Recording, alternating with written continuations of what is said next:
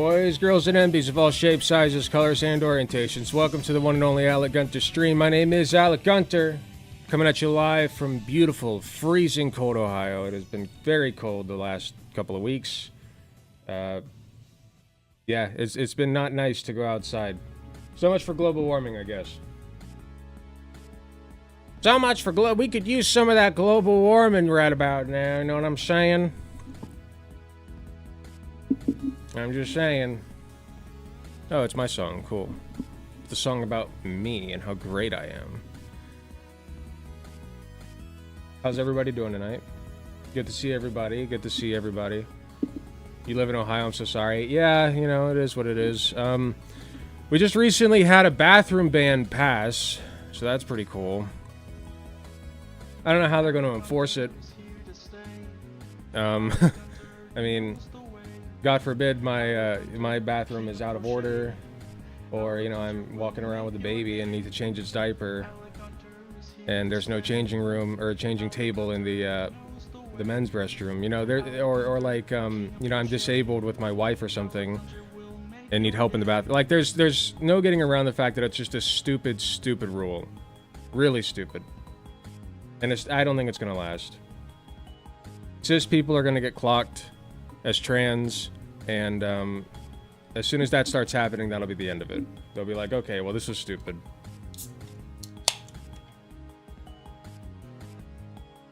What's up, Lady Nova? Hello, everybody. Welcome in. We got some stuff. I guess a girl got a Ph.D. and people got really mad about it, so that's pretty cool. A soccer player decided that because he believes his all-powerful Sky Daddy doesn't like gay people, that he's not going to wear the rainbow armband that everybody was supposed to wear, I guess. So that's pretty cool. And he gets a pass, of course, because of his religious exemption. Because you're allowed to be homophobic if you're religious, right? And you're allowed to do unspeakable things when you do it in the name of an invisible deity.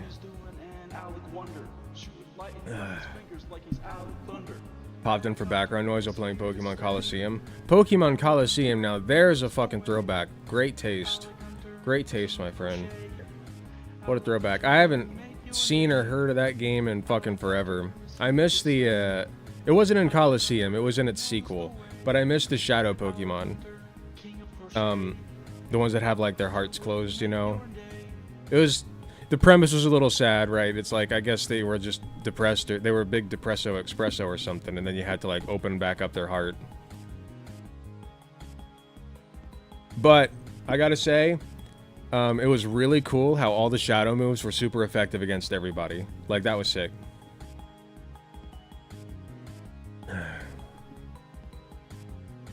Yeah, religious exemption to be a decent human.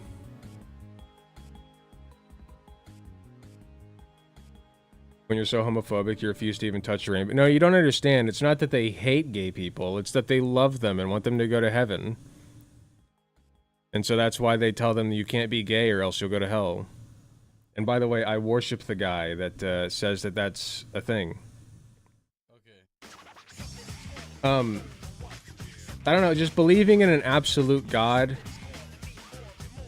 it just comes with all kinds of problems. Like, I am fine with paganism. I'm fine with non-Abrahamic religions. I'm better off with those, just because people who are polytheistic tend to not believe in an all-powerful, all-loving, and all-knowing God. Like, it's not the contradictory God, right? And I find that more appealing, at least, personally. And I can see how it would be, like, fun and whatever. I don't know if, like, I would actually ascribe to a belief in a set of Nordic gods or anything like that. But, you know, the traditions, it's, like, to me, it just seems a lot less, weird. You know, a little bit more grounded in reality and logic. So that's just me. Religious exemptions for bigotry only work if you're Christian. No, No, he was allowed to. I think he was given a pass to not wear it because he was a Muslim, which is really stupid. If you're too homophobic to, like, if your religion makes you homophobic, it's a shit religion. Sorry, you believe in a shit god. Your god is made of shit, and you shouldn't worship him. I don't care if it's Islam. I don't care if it's Christianity. I don't care if it's a polytheistic religion, Hinduism, you know, Buddhism. It doesn't matter. It does not fucking matter. It doesn't matter. If you're homophobic as a result of your religion sucks and you should get a new one. Or just drop it entirely like I did. Do we got kitty? Do we got eyes on the kitty? We do. Barely. We got eyes on the baby right there. Sorry, I'm trying here. There we go. Is it a baby? Say hi. Just a baby.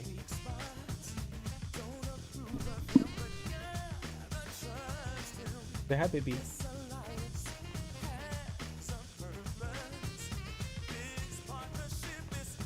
She never comes to me when I tell her to. She just does it on her own time, and it's usually at a very inconvenient time. She just doesn't listen. Hello, Citizen Godfather. Gonna start punching homophobes in the name of Aries and asking for religious exemption from punishment. That's a pretty good idea. She is gorgeous. She's a very pretty kitty. Pippi. Pippi. Memory. Memory. And she's off. She's playing in her tunnel. She loves that tunnel.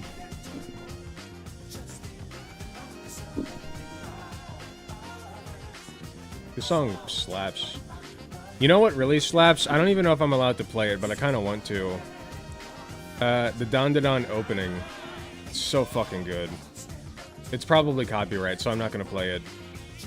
But, I've been watching a lot more anime lately, like instead of listening constantly to politics. And, Don Da Don is really, really, really good. Highly recommend it. It's still, like, releasing on a weekly schedule, so you can't binge it. I mean, you can up until, like, episode 9, but you can't, like, binge. You can't hardcore binge it, let's put it that way. I don't think Winry's camera shy. She just kind of picks and chooses. But I understand you're probably not being serious, so. I like my name, but I've been thinking of having a feminine nickname added to it. Go for it. Why not? Screw it. Do it. Do you, fam. You do you. I would watch it, but I'm burned out with high school anime stuff. It's... The high school aspect of it is, like, barely a thing.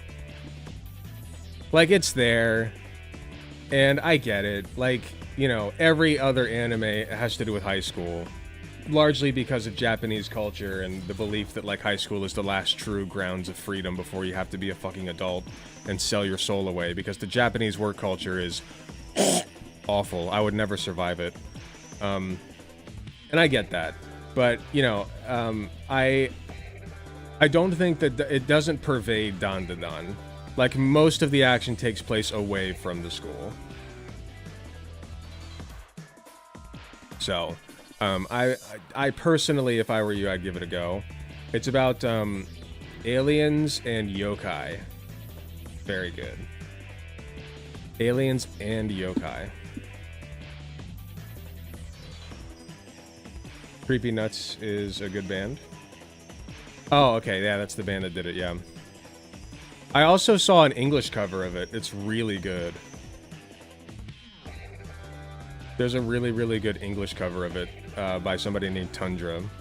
And they, like, according to Japanese speakers, I haven't actually looked at the meaning of the lyrics in Japanese, but according to Japanese speakers, this person perfectly, like 99.9% covered the lyrical meaning of the song, like the original Japanese song, and somehow was able to put it in English and make it rhythmically work. It's really good. It's by Tundra.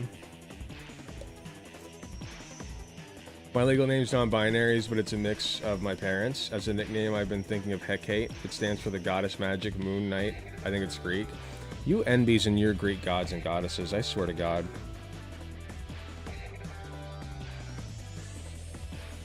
Always with the Greek gods and goddesses with non-binary people. I mean, it's true. It's just the truth.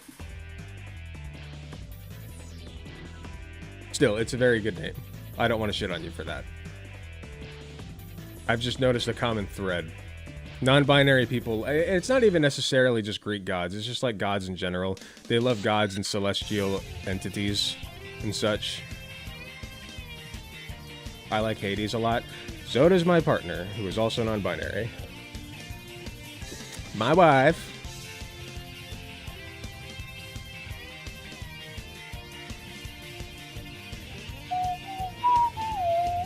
Unfortunately, I have no crochet updates for you guys, as I have not really been working on much, so...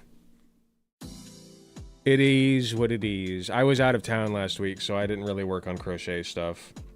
I've just been, like, not feeling it lately. It's a lot of work. It's a lot of, like, time to invest in, like, something that you can't even... Like, the amount of time that it takes to crochet something is not worth the amount of money that you can potentially make on it. It is a time sink. It is a hobby, but it is not... It's not really a business venture. And it's just, like, very time-consuming and repetitive. Repetitive and redundant. My name's not legally changed, but I'm settling on Tony because of an inside joke. Okay, there you go. The call out. Indeed, the call out. I called out like half my NB audience. Probably more. Like I said, a lot of NBs. Lots of them.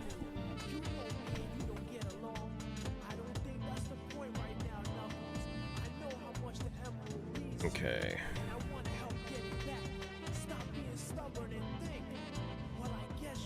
I've been kind of cooking on Twitter lately, you know? I've been popping off.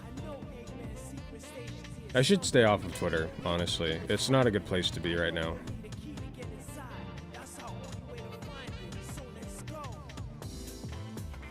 I guess by popping off, what I mean is arguing with a lot of people.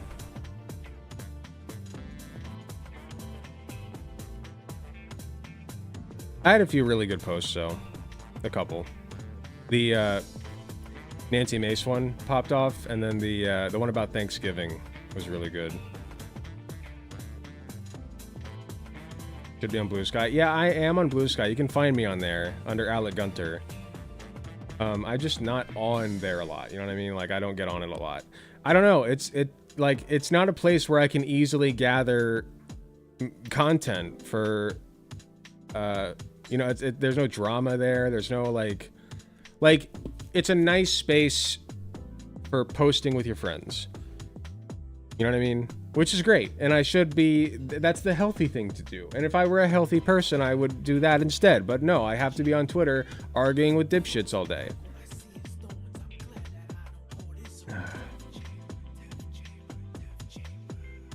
I locked my Twitter up, so I only see stuff on there if it appears in my feed when I check DMs with the few people I talk to there. Yeah, it's a smart move. It's a really smart move. You know what I really miss? I miss doing React segments. I haven't done a React segment in a hot minute, so I'm going to get through these first two segments that I have relatively quickly. And then I want to do a nice little React seggy.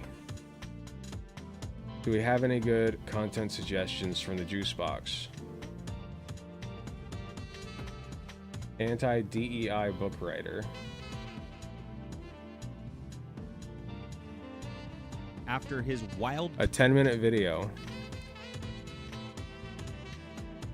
Seems perfect. I think I've covered this guy once before. John Del Arose.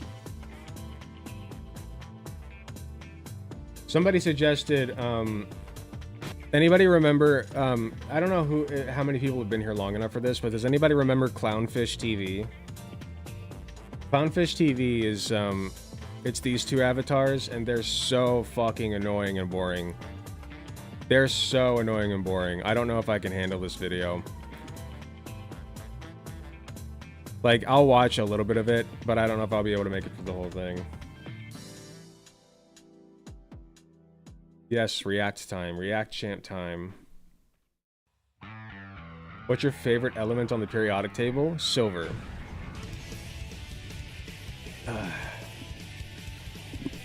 Because the initials are HE.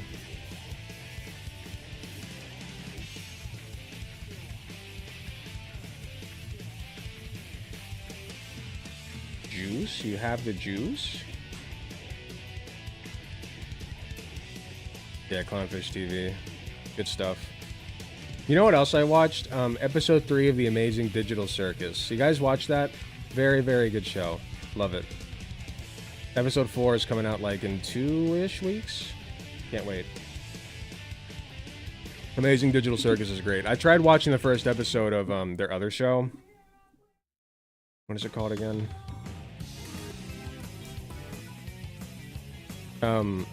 Murder Bots or Murder Drones. Murder Drones.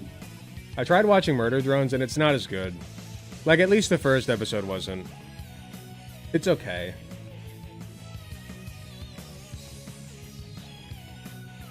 Digital Circus is a masterpiece, dude. Unfortunately, they're only planning on making 1 season. There will be at least 9 episodes, though, so looking forward to that. And apparently, it's going on Netflix, so congratulations to them. It's a big deal. When an indie creator gets recognized by fucking Netflix, awesome. I could only dream. The Alec Gunter show on Netflix.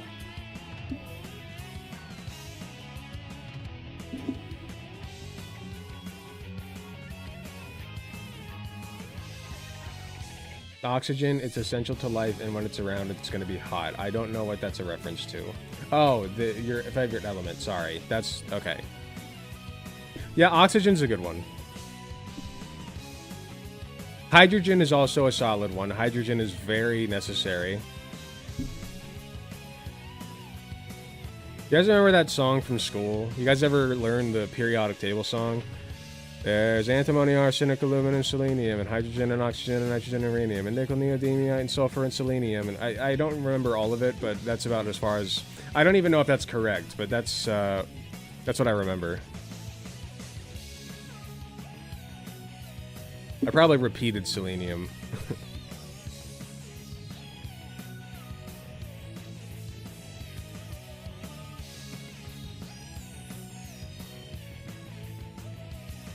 That was a fun song, though.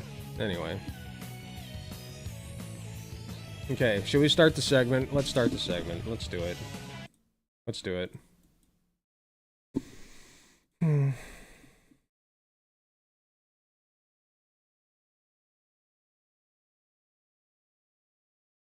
Okay, so I don't have a whole lot of tabs pulled up for this girl. I meant to pull up more, but I'm just going to scroll through her. You know, that's a shitty way to start. I'm going to start over. I can do better than that.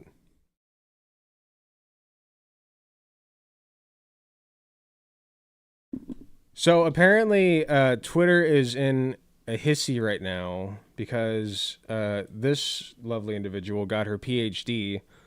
Thrilled to say I passed my Viva with no corrections and I'm officially Ph done with 205k likes on the Bird app, the former Bird app, now the X app. Thank you, Elon. It is titled Olfactory Ethics, the Politics of Smell in Modern and Contemporary Prose. I don't know what the fuck that means. I know that olfactory is smell. I don't know what olfactory ethics would even entail, honestly. It seems interesting. And it's a thesis, right? It's your thesis. You write a big old paper about something, and then that allows you to get your PhD. That's usually how that works. So that's her thesis. You know, and I think that a lot of the outrage around this is the fact that people are saying that, like, oh, olfactory ethics, it's the politics of smell is so stupid. It's not useful at all. And it's like, well, you don't know that, first of all. Okay, you haven't read the fucking thesis. Maybe it is useful. You know? It's just anti-intellectual to say that, like, this isn't useful to us at all, or you shouldn't have done it this way, or whatever. Like, the number of thesi, I guess, that have been written is astronomical. There's only so many things you can write about that hasn't already been done. This probably has already been done in some way or form. But I haven't personally heard of it, so I think it's interesting. And, you know, like, she's got the Ph.D. I don't know why this is important, but it doesn't matter why it is. Because she's got the Ph.D. You don't. It's done because they don't understand it. Exactly. So anyway, I'm going to play a dangerous game and scroll on Twitter. Okay, so she does have a little bit of a thread here. Since there's some confusion about the nature of my research, here's the abstract from my PhD thesis, which I hope will provide more context for anyone interested in learning more about my work. The thesis studies how literature registers the importance of olfactory discourse, the language of smell, and the olfactory imagination it creates, in structuring our social world. The broad aim of this thesis is to offer an intersectional and wide-ranging study of olfactory oppression by establishing the underlying logics that facilitate smell's application in creating and subverting gender, class, sexual, racial, and species power structures. That is insane. That's really weird. I've never heard of smells being political, but you know what? I guess if you think about it, right? Smell is a very powerful sense. We don't usually think about it, but like you ever smell something and it just you're immediately thrown back to your childhood, or you smell something and like it's not even a bad smell, but for some reason you just can't stand it, or it makes you want to gag. You know, like our olfactory senses are yeah. Oh, another one is smelling a person. You know, a person's smell, you recognize it, right? Smell is big. Like it's an important. I would argue it's way more important than taste, frankly. Especially because you can't taste without your smell. So, you know, I think that this could be an interesting piece of work, but not everybody thinks so. So I want to go through a couple of posts that this person, here, let me just hop off of here just in case. I can't imagine she would have anything like that would get me in trouble on her Twitter page, but I don't want to even take the risk.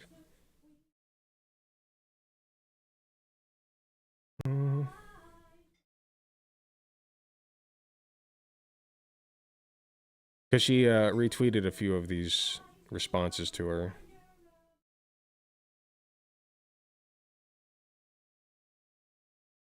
Sorry, I'm finding them. I should have had this pulled up before I started the segment.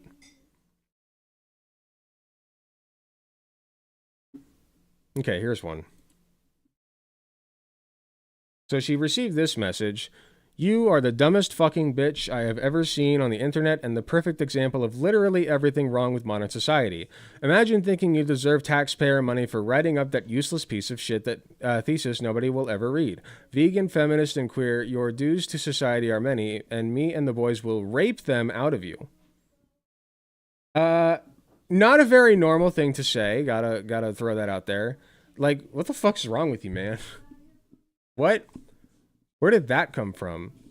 So she's just getting messages like this now because she posted about her thesis on Twitter. This is Twitter now. So that's pretty cool. By the way, go to Blue Sky, follow my Blue Sky. I'll try to be on there more often. I just can't get off of Twitter. I'm addicted to the drama, but I'll try. I'll try to be on Blue Sky more often. You can find me at Alec Gunter. She says, I'm still genuinely bamboozled by the sheer volume of people entirely mischaracterizing the subject and argument of my thesis. The words are there before them, but their interpretation is on a separate plane of existence. Since this whole debacle has now hit the news. Has it hit the news? Jeez, I gotta look up a news article. I think it's worth drawing attention to the fact that the majority of those committing and quote tweeting are doing so with generosity, intellectual curiosity, and kindness. Well, that's good. Of course, my post is not newsworthy. What is attracting the attention of the media is the way in which I have been treated by a minority of disgruntled folks. Let's see. So she doesn't have any more on that. But I do want to pull up a couple of more posts if I can find them.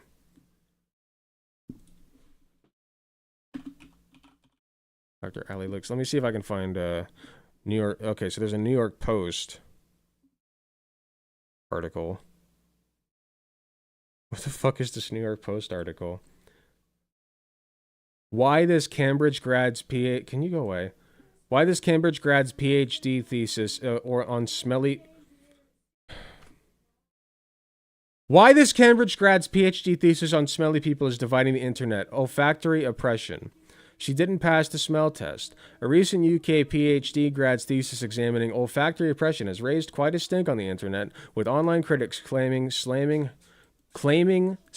her academic work as the reason, quote, everything is falling apart. Thrilled to say I passed my Viva oral exam with no corrections and am officially PhD on Ali Lukes, who earned her post-grad degree in English literature from Cambridge University, wrote on X on November 27th. That simple post has now received nearly 90 million views and tens of thousands of comments and retweets. The thesis, titled Olfactory Ethics, the Politics of Smell in Modern and Contemporary Prose, examined how scent facilitates smell's application in creating and subverting gender, class, sexual, racial, and species power structure, according to the abstract. The thesis states that olfactory disgust can result in a person's rejection. Sense? Online critics needed smelling salts after reading what they deemed to be woke-sounding academic gobbledygook. Gotta love the New York Post pushing the woke thing. They can't even fucking define the word, but yeah, we'll describe it as woke. Okay, let me skip ahead. This woman is why everything is falling apart. She's just got the ultimate bullshit degree, a PhD about why describing smells is no, that's not what the PhD was. What was the PhD again? I gotta look. Here.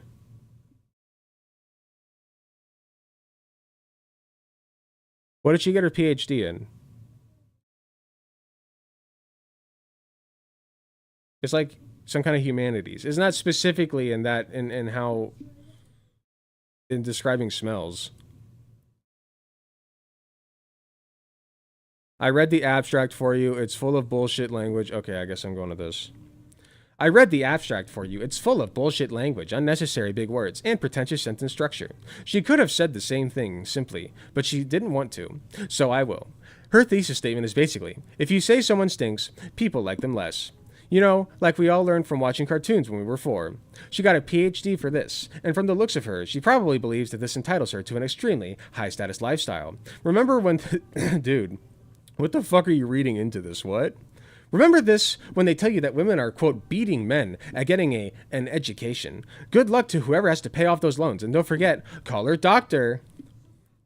What the fuck is wrong with people? Her PhD is in English literature, and you're complaining about language, big words, and proper syntax. Like, yeah, you're gonna use big words in a fucking PhD. It's not built for normal like regular people. Now, you know what? I'll say even normal people. It's built for freaks who study this shit. Okay? It's built for like super smart freaks that I am not. Okay? It's not built for me. It would be built maybe for somebody like my wife, Katie. Okay? Somebody who could actually understand it. But like, yeah, it's you know, it's a research project for a PhD. Like, what? People are so fucking stupid.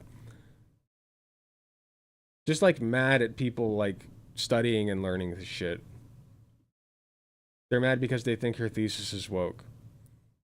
Well, I mean, it sounds like it falls into the category of what they think would be woke, just because it has to do with how, you know, like, it talks about, like, real oppression that occurs, you know? Talking about oppression in any fashion is too woke for us.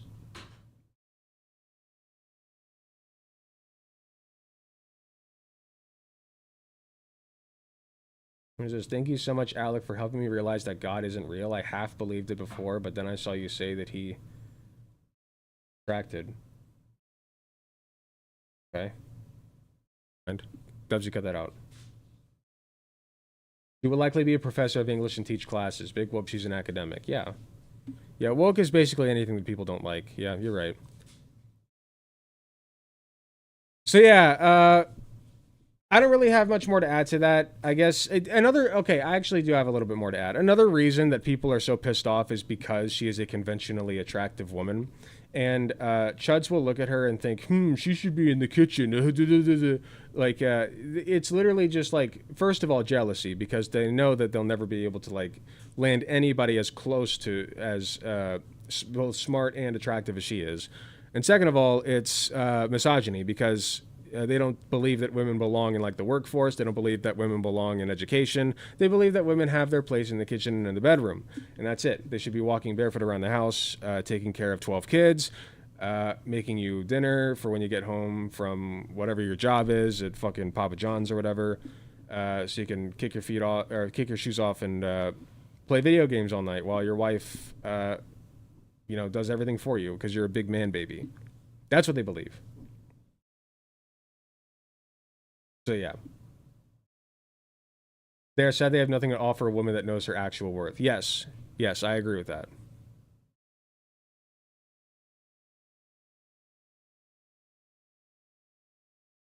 So yeah. Um, that's about all I have to say about it. Like I said, this is just a result of the current political times, the atmosphere, especially on Twitter now. People are going to be fucking misogynists and weirdos and creeps, and she's, I'm sorry if you're a woman. That's just how it's going to be now. Um, I mean, it's not really much different from what it has been in the past, to be frank, right? Like women always get this shit, so they always have, and they will for the foreseeable future. And I guarantee you that a Trump presidency won't help. So, um, my heart goes out to you, Dr. Ali Lukes. Congratulations on your PhD. Fuck the haters, and yeah, that's about it.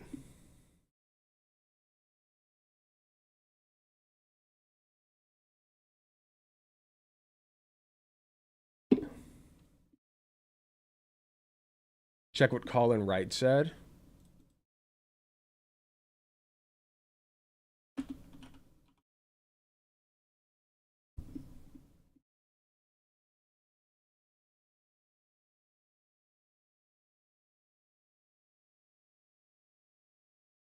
about the PhD.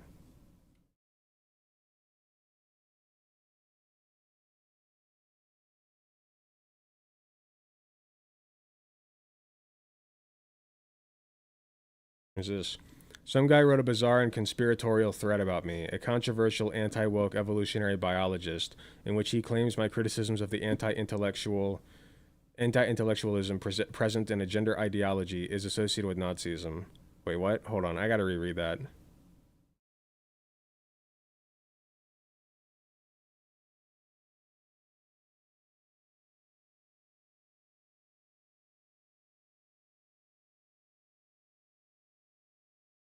Oh, so he's being called a Nazi because he said that anti intellectualism is present in gender. Okay, so wait, he is like critiquing quote unquote gender ideology, and then he's being associated. Yeah, Nazis are. Why did he post this with this? Threat. Controversial anti woke evolutionary biologist Colin Wright is the founding editor of Reality's Last Stand, which claims to hold the line on free speech, science, and reality, and fellow at the Free Market Manhattan Institute, founded in 1970 by Anthony Fisher. I'm going to roast this person's thesis in a forthcoming article. 100% woke nonsense. I hope no federal funds were used to support this research. Like, just fucking why, though? Why?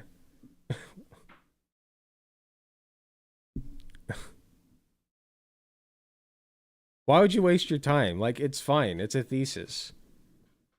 It's probably all correct, too.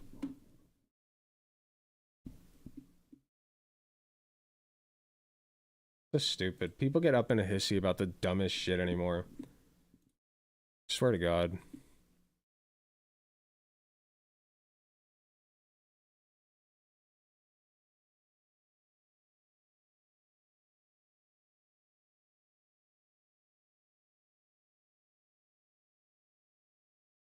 Let's see.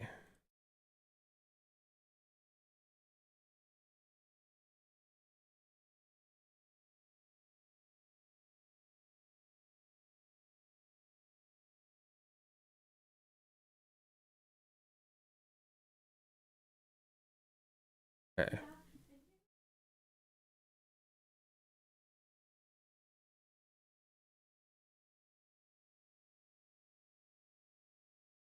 Sorry, Katie's singing and it's distracting me. Um.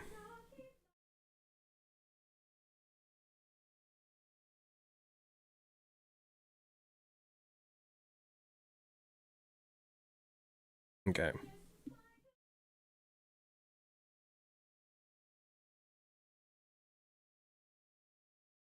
So I'm not much of a sports guy in general. I tend to head toward anime first before sports, especially soccer. Soccer was never really my thing. I never played it. I never watched it or anything like that. I used to watch and play football, but that's behind me now. Um, so like I said, not much of a sports guy, but this popped up on my feed and I just wanted to talk about it because I found it interesting. Ipswich captain Sam Morsey chooses not to wear rainbow armband for, quote, they should have put a quote, religious reasons. This language right here, I want to start off with the title first of all. You are automatically giving this guy a pass by saying that this is a religious reason. It doesn't matter what the reason is. I don't give a fuck. I don't care. The reason is homophobia. He's a homophobe. Okay? He hates gay people. That's why he did this. Okay? Everybody was wearing the damn rainbow armband for whatever it was. I forget what it's called. It'll probably be in the article. But everybody was wearing it for LGBTQ acceptance, except for this guy because he's a Muslim. That's his official reason.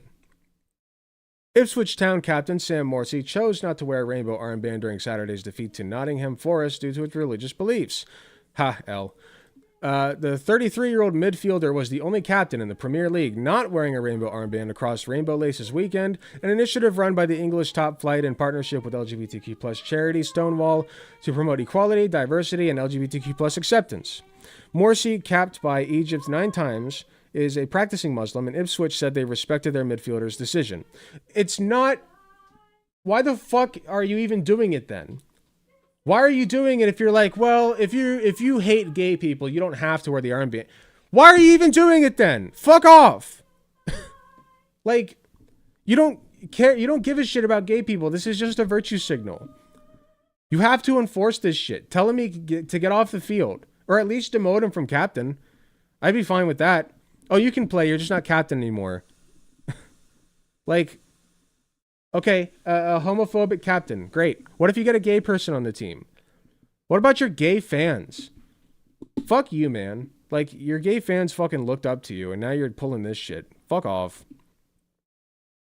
An Ipswich spokesperson said Ipswich Town Football Club is committed to being a fully inclusive club that welcomes everyone. We proudly support the Premier League's Rainbow Laces campaign and stand with the LGBTQ+ community in promoting equality and acceptance. No, you don't. No, you don't. That's bullshit. You're bullshitting me. That is bullshit. During this year's campaign, members of the club's men's and women's first teams visited our foundation's weekly LGBTQ+ football session, while the club also made a joint pledge of solidarity and inclusivity alongside Nottingham Forest ahead of Saturday's game. A range of further initiatives are planned around Tuesday's home game with Crystal Palace, including a takeover of the stadium's big screen in the moments prior to kickoff. At the same time, we respect the decision of our captain Sam Morsey, who has chosen not to wear the rainbow captain's armband due to his religious beliefs. We will continue to grow an environment where all are valued and respected both on and off the pitch. Then you don't respect gay people. You don't respect them enough to enforce respect for them. Like... Didn't you know rainbows are haram? Yeah, I guess they are. You know what apparently isn't haram, though? Wearing a shirt that clearly is advertising gambling sites. Gambling, I don't even know necessarily sites, but companies, gambling companies. We're promoting gambling. This is fine, right? This is totally good and fine and normal. 32 Red. I don't know what this one is, but apparently it's a gambling site or company. So that's fine. We're fine with that. That's good. Whatever. Not haram, apparently. But you can't show your support for gay people that are simply just trying to exist. Good stuff. Morsey has previously spoken about the importance of his faith, explaining how he works with nutritionists to manage fasting when Ramadan falls within... I don't give a fuck. I don't care. I don't care if you're Muslim. I don't care if you're Christian. I don't care if you're Hindu. I don't care if you're fucking Nordic praising Zeus, okay? And I know some people in my audience do that. I'm not shitting on you. I don't care what you are, okay? A homophobe is a homophobe. You just hate gay people. You just hate gay people. You're so committed to your fucking religion that you pull this shit, right? So committed. Go piss on it. My faith gives me balance, Morsi told the Professional Footballers Association in May 2023. I see a lot of times, especially with young players, where you end up over-consuming yourself and fear pops in. Faith gives you a way out of that in terms of seeing the bigger picture. I swear, this article's not going to mention anything about how he promotes gambling. Why can't humanity just work together and not argue? Because of dipshits like this. Incredible own goal to try and get your sports ball team to wear a symbol of solidarity with the LGBTQ people, and then the captain goes, but I don't want to. I don't wanna. Yeah, I don't wanna. What if I don't wanna? Zeus is Greek. Okay, sorry, you know what I meant. I don't fucking wanna. What if I don't want to support gay people? Okay, well then fuck off the field, dude. Nobody likes you.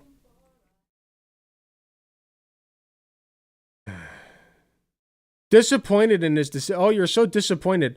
You weren't disappointed enough, apparently. He's still the fucking captain. Oh, wait, sorry. This is Rainbow Tractors. Sorry. Yeah, Rainbow Tractors. I bet they were disappointed. The PFA is who your anger should be pointed at.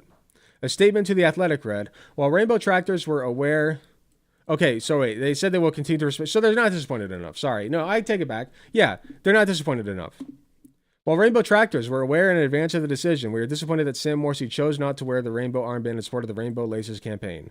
Rainbow Laces is a great campaign that supports with LGBTQ plus inclusion and is an important one for fans and players within the community to know that they are welcome in football. We do, however, continue to respect it. Then you don't welcome gay people. That's how that works. You can either welcome bigotry or you can welcome gay people. You don't get both.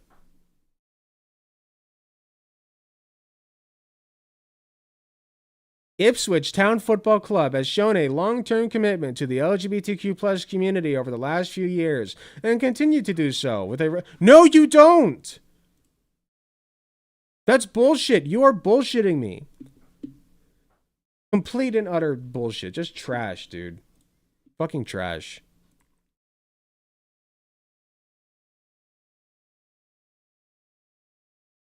Let me see some responses to this.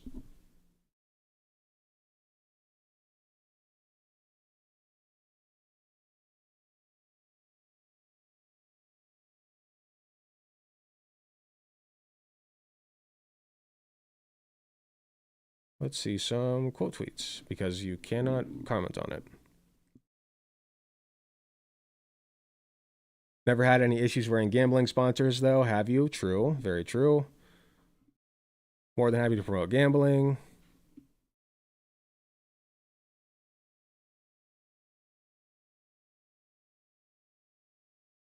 Yep, most people are talking about how he wears gambling shirts, so that's pretty cool.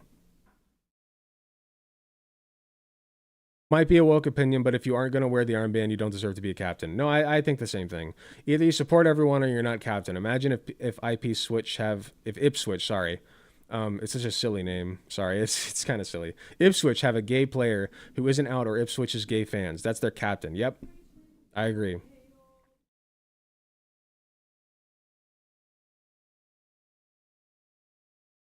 Being Muslim or any other religion is not a justification for homophobia or transphobia. This is just bigotry. Your religion is your belief. Our existence is reality. Yep. Agreed. I'm not going to probably find any rage in these quote tweets. So yeah. That's Sam Morsi, the Ipswich captain of the soccer team. Fuck you, man. I mean, I don't care anymore. You can call it your religion. You're just hiding behind your little religion. You understand that, right? You're being a pussy. You're being a pussy. Just come out and say that you hate gay people. Just say it. Just say it. Let me break this down once again. If you have a God who sends gay people to hell for being gay or for committing gay acts or whatever, right, that don't hurt anybody, your God is a hateful God, okay? And if you worship that God, you are a hateful person. You hate gay people. Okay? If you really believe in that God, and you believe that that God hates gay people, you should declare war on him. Okay? Say, no, you're not sending my, my gay brother to hell, right? You're not doing it. I refuse.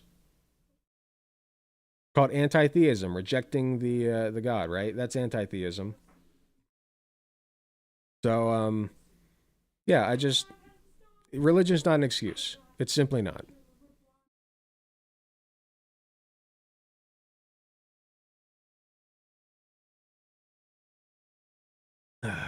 That's why I only watch the U.S. women's national team.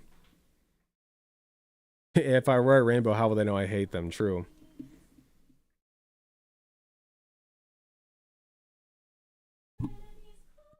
Depends, is this Sky Daddy divinely hot? Some people think so. They do draw Jesus very seductively.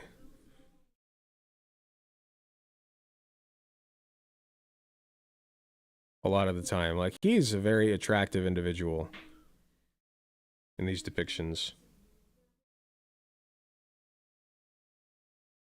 Like, look at this. Like, come on. That's thirsty. I'm sorry. I don't care who you are. That's thirsty. Also thirsty.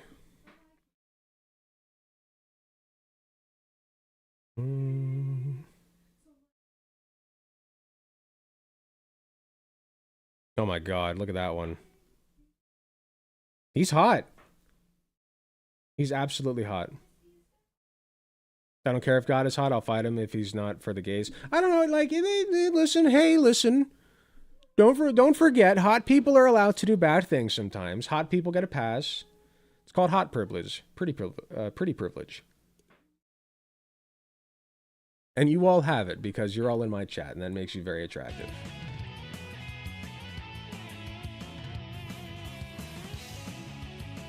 They just draw a hot hippie and say Jeebus. True.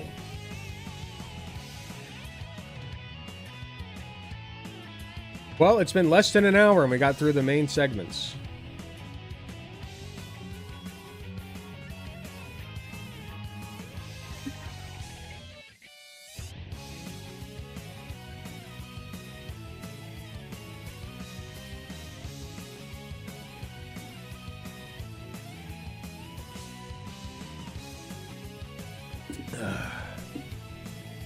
Let's see.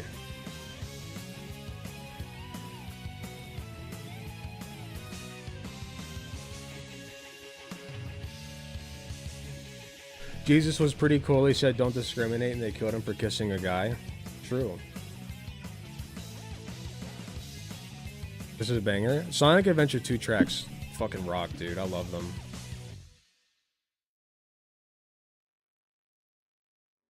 Some of my gods are hot, says the Mary. Listen, we're in an open relationship. I'm allowed to find other people attractive. Anybody can find other people attractive, by the way. It's fine. Can't help that.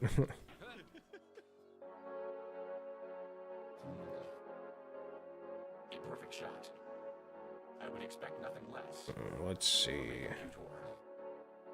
Program to kill. I mean, play golf. By the way, my Blue Sky video did exceptionally well. I didn't think people would want to watch that, honestly. Like, my views lately have not been...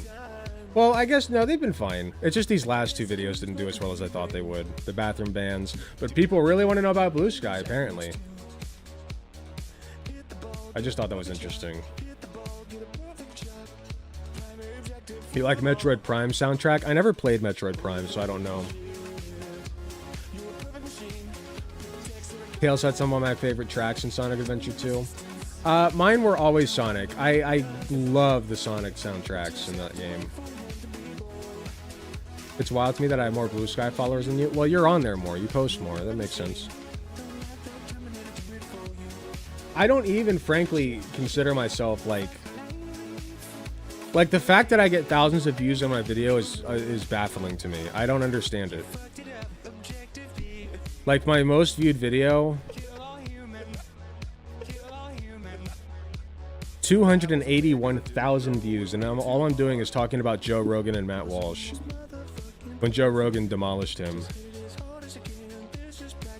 My second most viewed is 106,000, and that's my crazy debate, which I'm very happy that one got as many views as it did. This one I don't get at all. Brett Cooper can't handle the furries. I don't understand that one at all.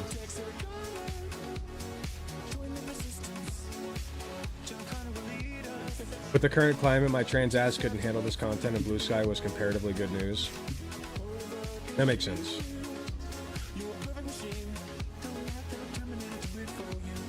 All I do on there is shitpost. That's fine. Shitpost is good.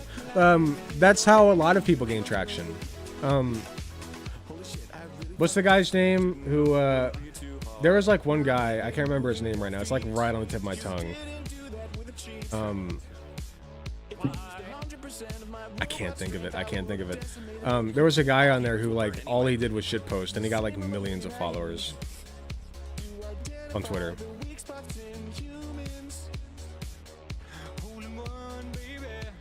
One of my metamors watches your videos? One of my metamors. What's a metamor?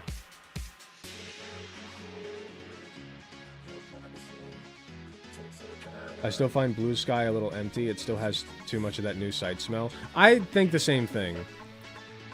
That's why I'm not on there a lot. And also because I love the drama of Twitter. I'm addicted to it. I shouldn't say I love it. I'm addicted to it. Blue Sky hate feels so forced. Place is pretty chill if you don't poke the bear. A person that is dating a partner of mine. Oh, okay. I did not know that. That's pretty cool. Yeah, I've been asked for an autograph before, only once. There was somebody who recognized me at Indie PopCon last year, or this year, I should say, and said that he knew that I'd be here, so he thought he'd say hi. That was pretty cool. Yeah, feel free, like, if I'm ever at a convention or anything and you see me, feel free to say hi. It boosts my ego.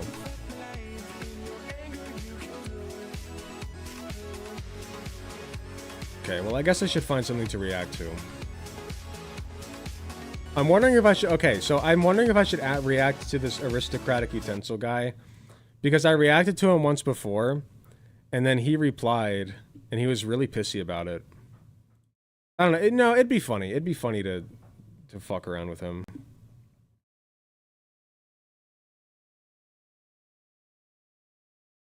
Fuck it. We ball. You know what? You know what? We gotta do a little bit of drama. We gotta have a little bit of drama in our lives, I think.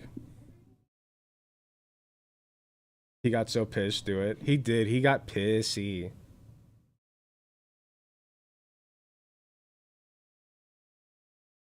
How hard do you think it is to learn Icelandic? I have no concept of Icelandic at all. You know, it's really good at reacting. Oxygen. Only if it's in its atomic form. If it's in its molecular form, not as much. Just saying. O2. Not very reactive. No, I guess it kind of is still. You get rust, and that's how perfusion works in the body. And not perfusion. Well, kind of perfusion. And then your body breaks apart oxygen to... I forget exactly the process. Let's see. Okay, let's do it.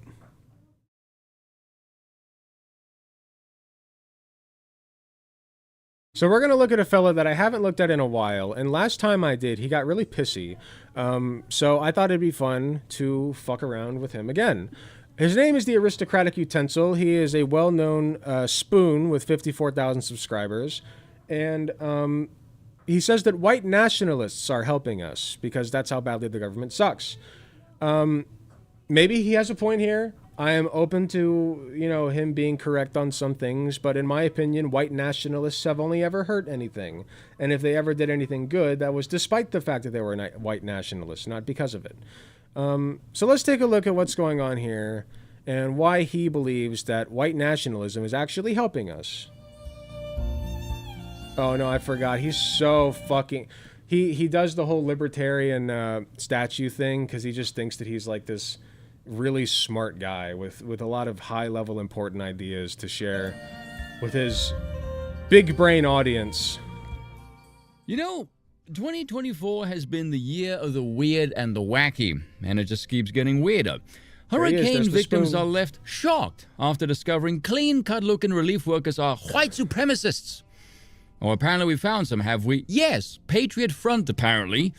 You guys remember Patriot Front, yes? Those guys with the shields and the ski masks that marched around that everyone called glowies because they looked like they screamed Fed Boys on Mile Off? And everyone thought this because if the regime is screaming white supremacy all damn day long, and then a group who call themselves white nationalists show up, you would think someone would pounce them or punch them or do something. But no, they were always just there.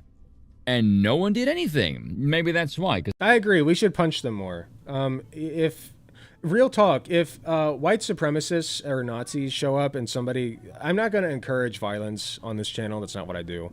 And also, you don't want to get yourself in trouble. So, it's literally only because you don't want to get yourself in trouble that you shouldn't do it. But I wouldn't be very upset if somebody did. So, I think more. I won't advocate for violence. I won't advocate for violence. It felt like a trap. I don't know.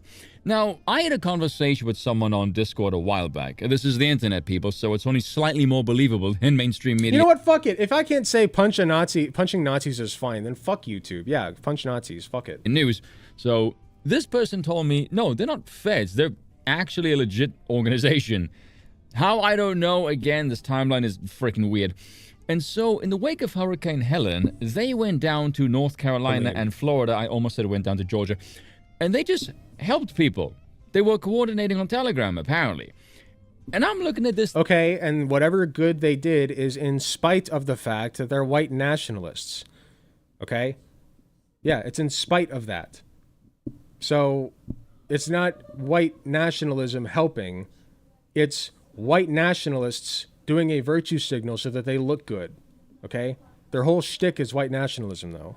Thinking, if this is even true. Did they okay, I may need to and re-examine the whole Fed Boy angle because this is throwing a monkey wrench in my whole programming here. What the hell is going on? Because imagine you're not of European heritage, right? And in the wake of this, the federal government, who's basically given these people the middle finger, let's be real, a bunch of white supremacists show up and help you. I mean, I'd be grateful for their help. I'm pretty sure Biden sent a decent amount of aid for Hurricane Helene, right?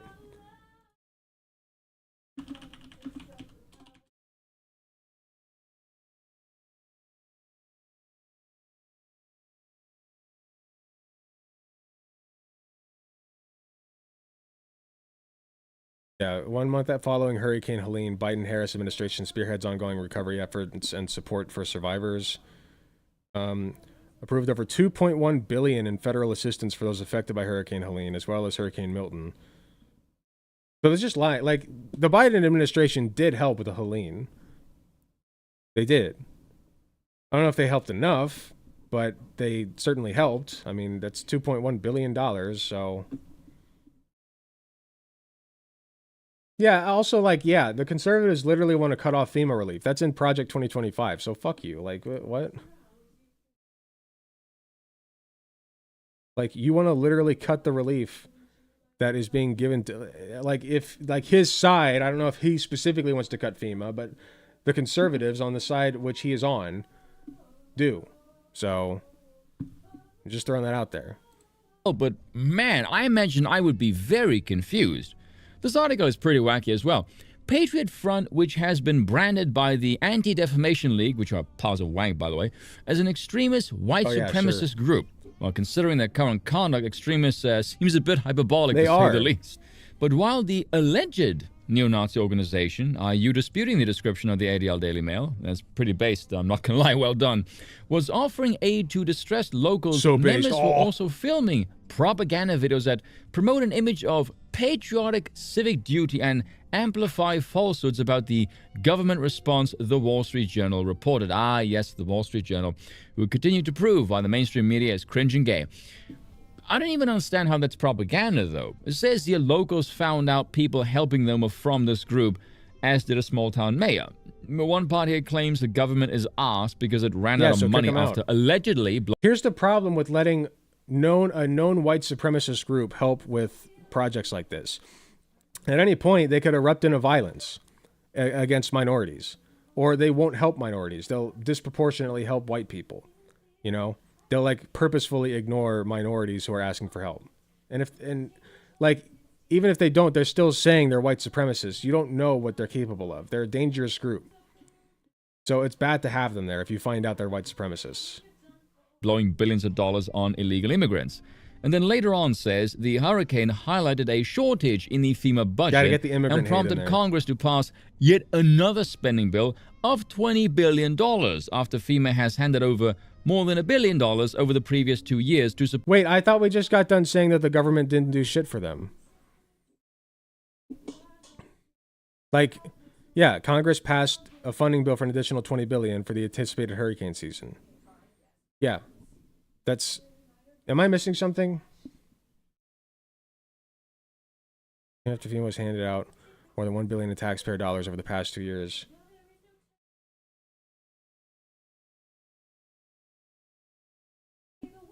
Wait.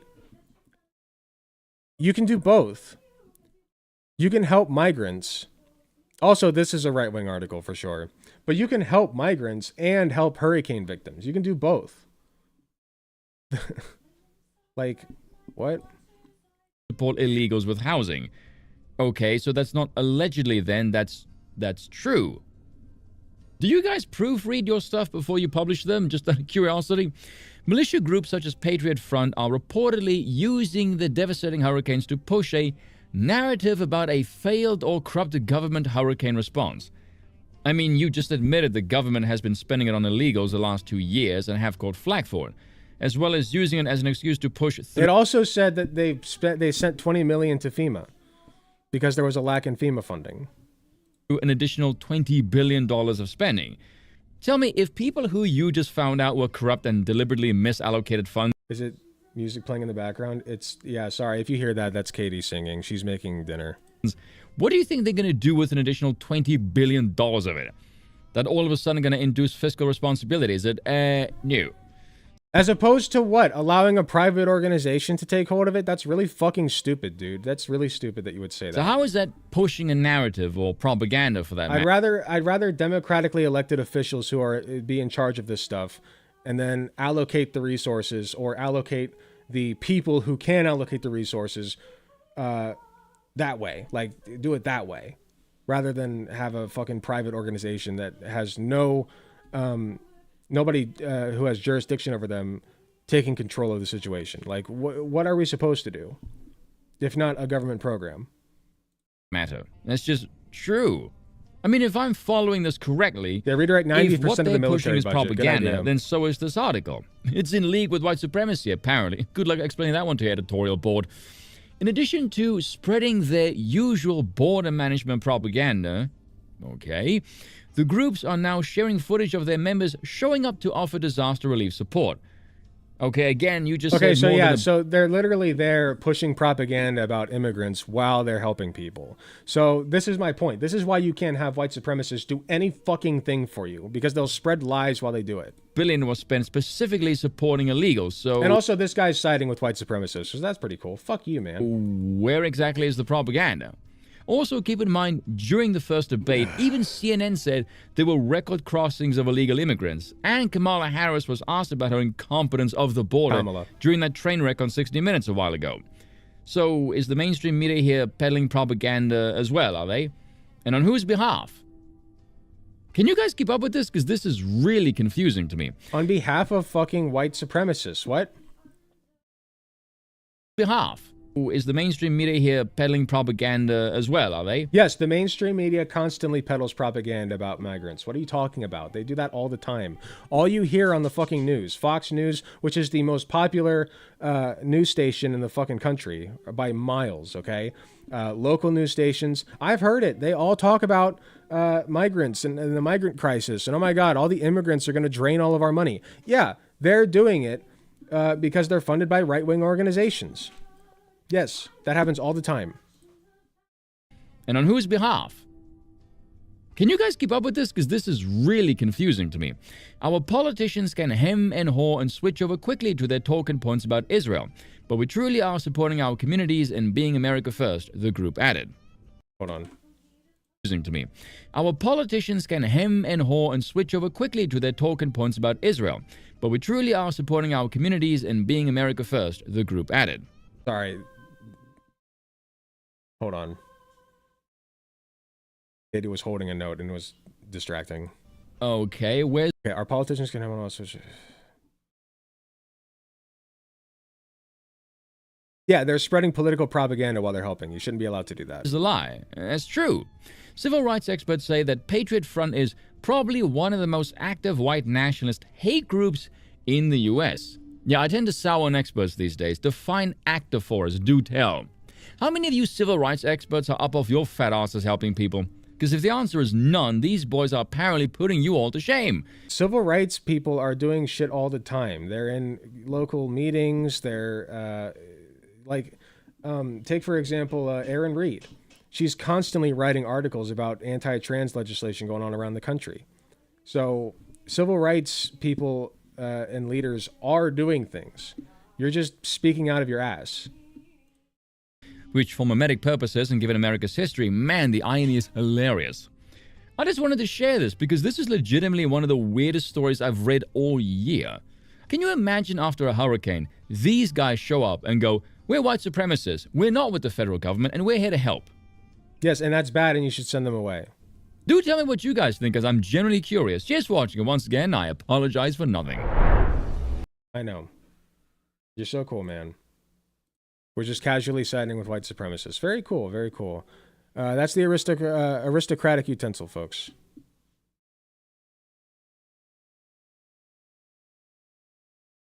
Yeah, Erin Reed is great. Okay, I feel like I need a break, so I'm going to do that, and I will be back in like 5 to 10 minutes. Stick around.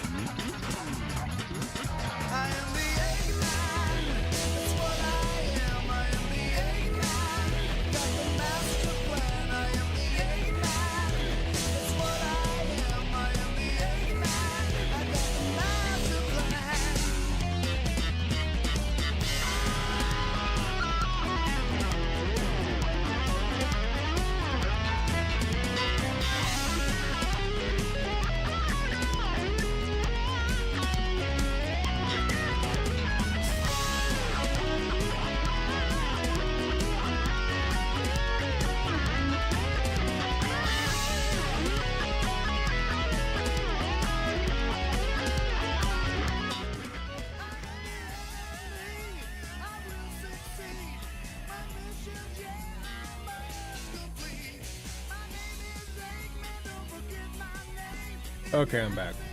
Sorry, I feel like I didn't do a very good job on that react. I was in the mood for react segments, and now I'm like not.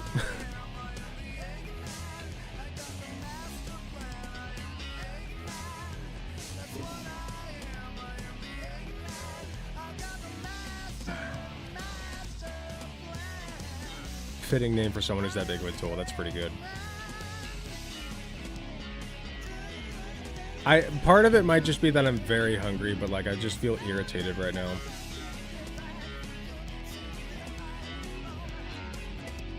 What else can we do?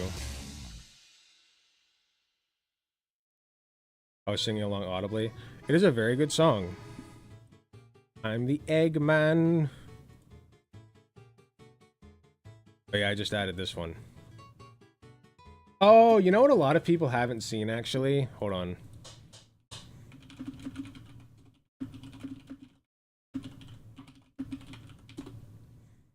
Yeah, look at this. So I made this, okay? And God willing, I won't get copyright strike for it. Let the bodies hit the floor. Let the bodies hit the floor. A little loud. Let the bodies hit the floor. Let the bodies hit the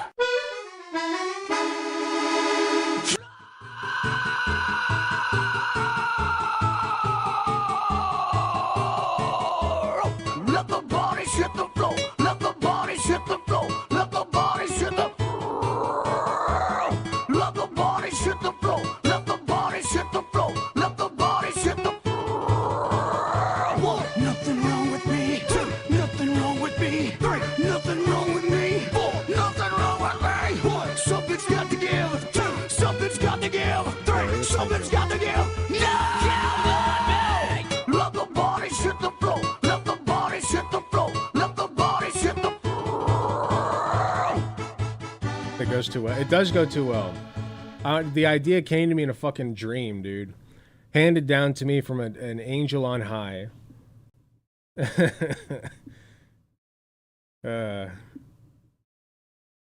got a few of them. That was a pretty good one. Now I want to play all of them.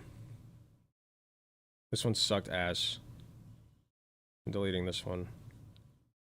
Oh, I'm not logged in. Fuck. Whatever.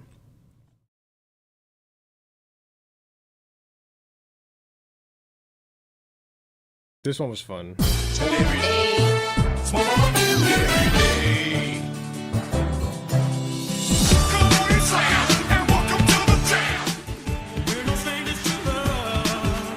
This is a good one.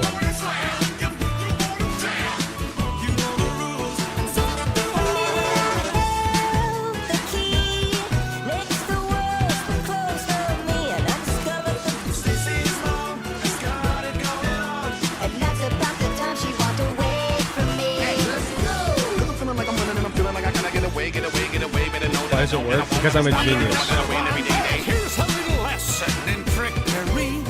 This is going down in history. I'm waking up, feeling my bones enough to make my You don't know what's coming next, you know? It's a little grab bag of excitement. This fucks hard, thank you. He's doing this instead of editing our Walking Dead episode. Listen! I'm gonna get to it.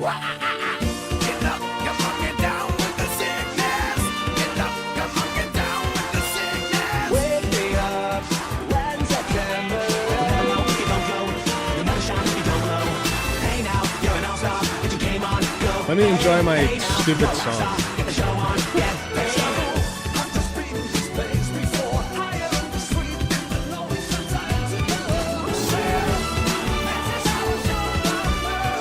How many songs? I have no idea.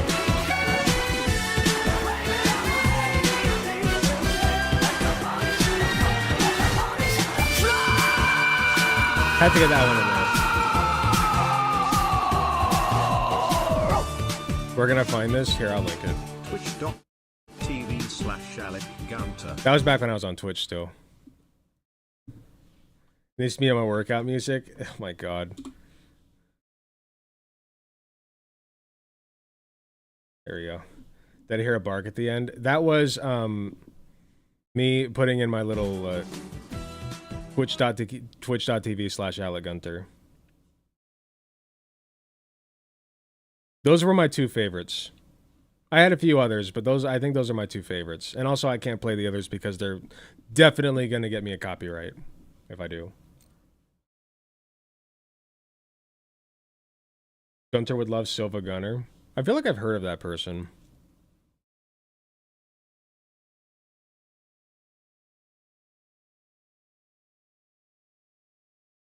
I should probably do another React segment. Dubsy has been thirsting heavily for more content. The wells have run dry.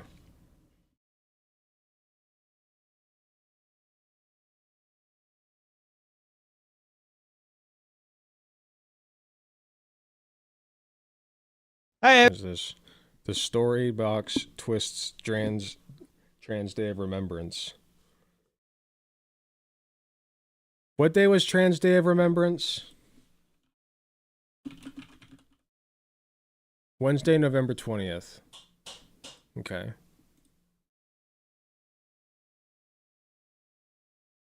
It's going straight on my playlist. Thank you. I'm glad you like it. Yeah, November 20th. Got it. Okay. I gotta do a thing.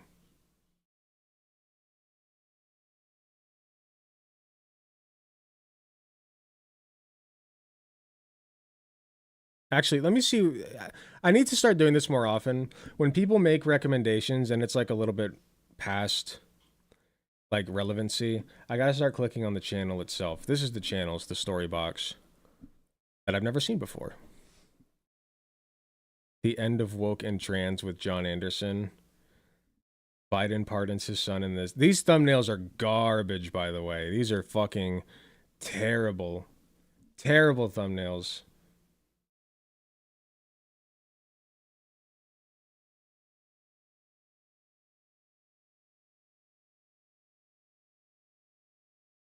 I'm stuck between doing the trans woman gaslights women and not being scared of men doing this, or the original video, the Trans Day of Remembrance. This was the one that was recommended. Maybe I should watch this one. I missed it this year. I don't really do anything to celebrate, but for those who do, I hope you had a good one. I observed it by getting absolutely hammered. That's a good way to do it.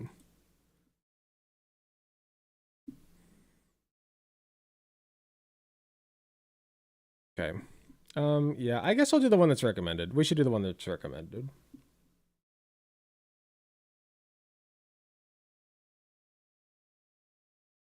This was recommended to me in my Discord server. You can find the link to the Discord server in the description below, or you can follow the QR code that Dubsy likes to leave on the screen, and you can leave your recommendations in the Juicebox channel in that server.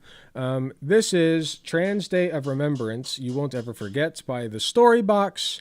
I don't know what this is going to be all about. It seems like a pro-trans title. He doesn't strike me as a hateful person at first glance, but apparently he is. So let's take a look. And I've seen a few other of his videos. I was looking through his horrific, terrible thumbnails. These are just garbage thumbnails. They look like they're for the front page of my when I need more rectangles for the front page of my PowerPoint project, right? On dogs or something. Like, that's literally what this looks like. Work on your thumbnail game is my point.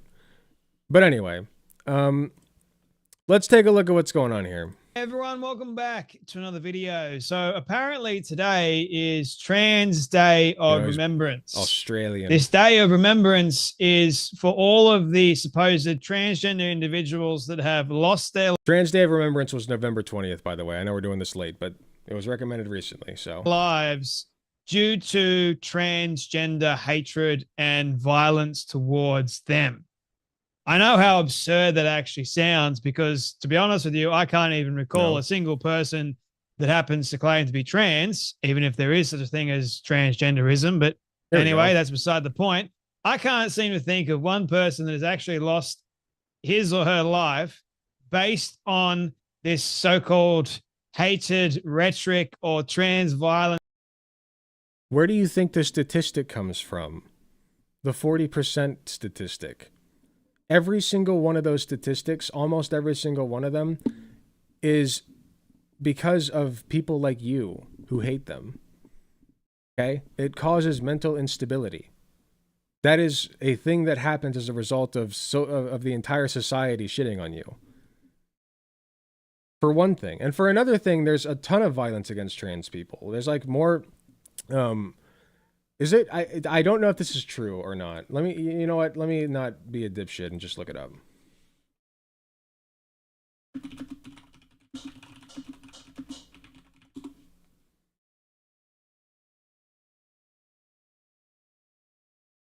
Yeah, here we go. Transgender people over 4 times more likely than cisgender people to be victims of violent crime. More than 4 times more likely than cisgender people to experience violent victimization, including rape, sexual assault, and aggravated or simple assault, according to a new study. Like, yeah. Yeah. There's plenty of violence against them, and a lot of them happen to be killings. So, you know, you can say that you personally don't know them, but that's not how statistics work. That's not how real life works, my dude. Towards them. I don't know about you, but I can think of many supposed individuals that identify as being trans that have committed a great deal of harm towards everyday individuals. I can think of Like many who? transgender women. Again, that does not reflect in the statistics. That have beaten a lot of women, that have caused a lot of harm. I Prove can it. think of Audrey Hale, for example, who went into a Christian school and killed 6 innocent people.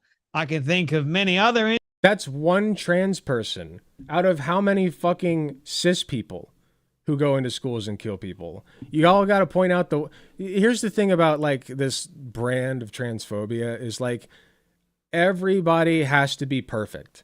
Every single trans person has to be an angel. Okay.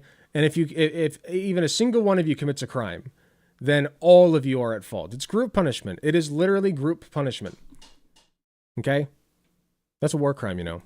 Instances, I can think of another transgender individual that has committed more acts of violence and heinous crimes that is now in jail. I'm not going to mention who that name is. Yeah, list for those we lost in 2024. Let's take a look.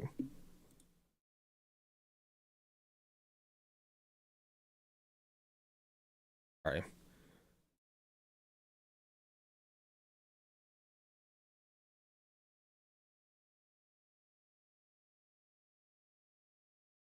Yeah, 33 people.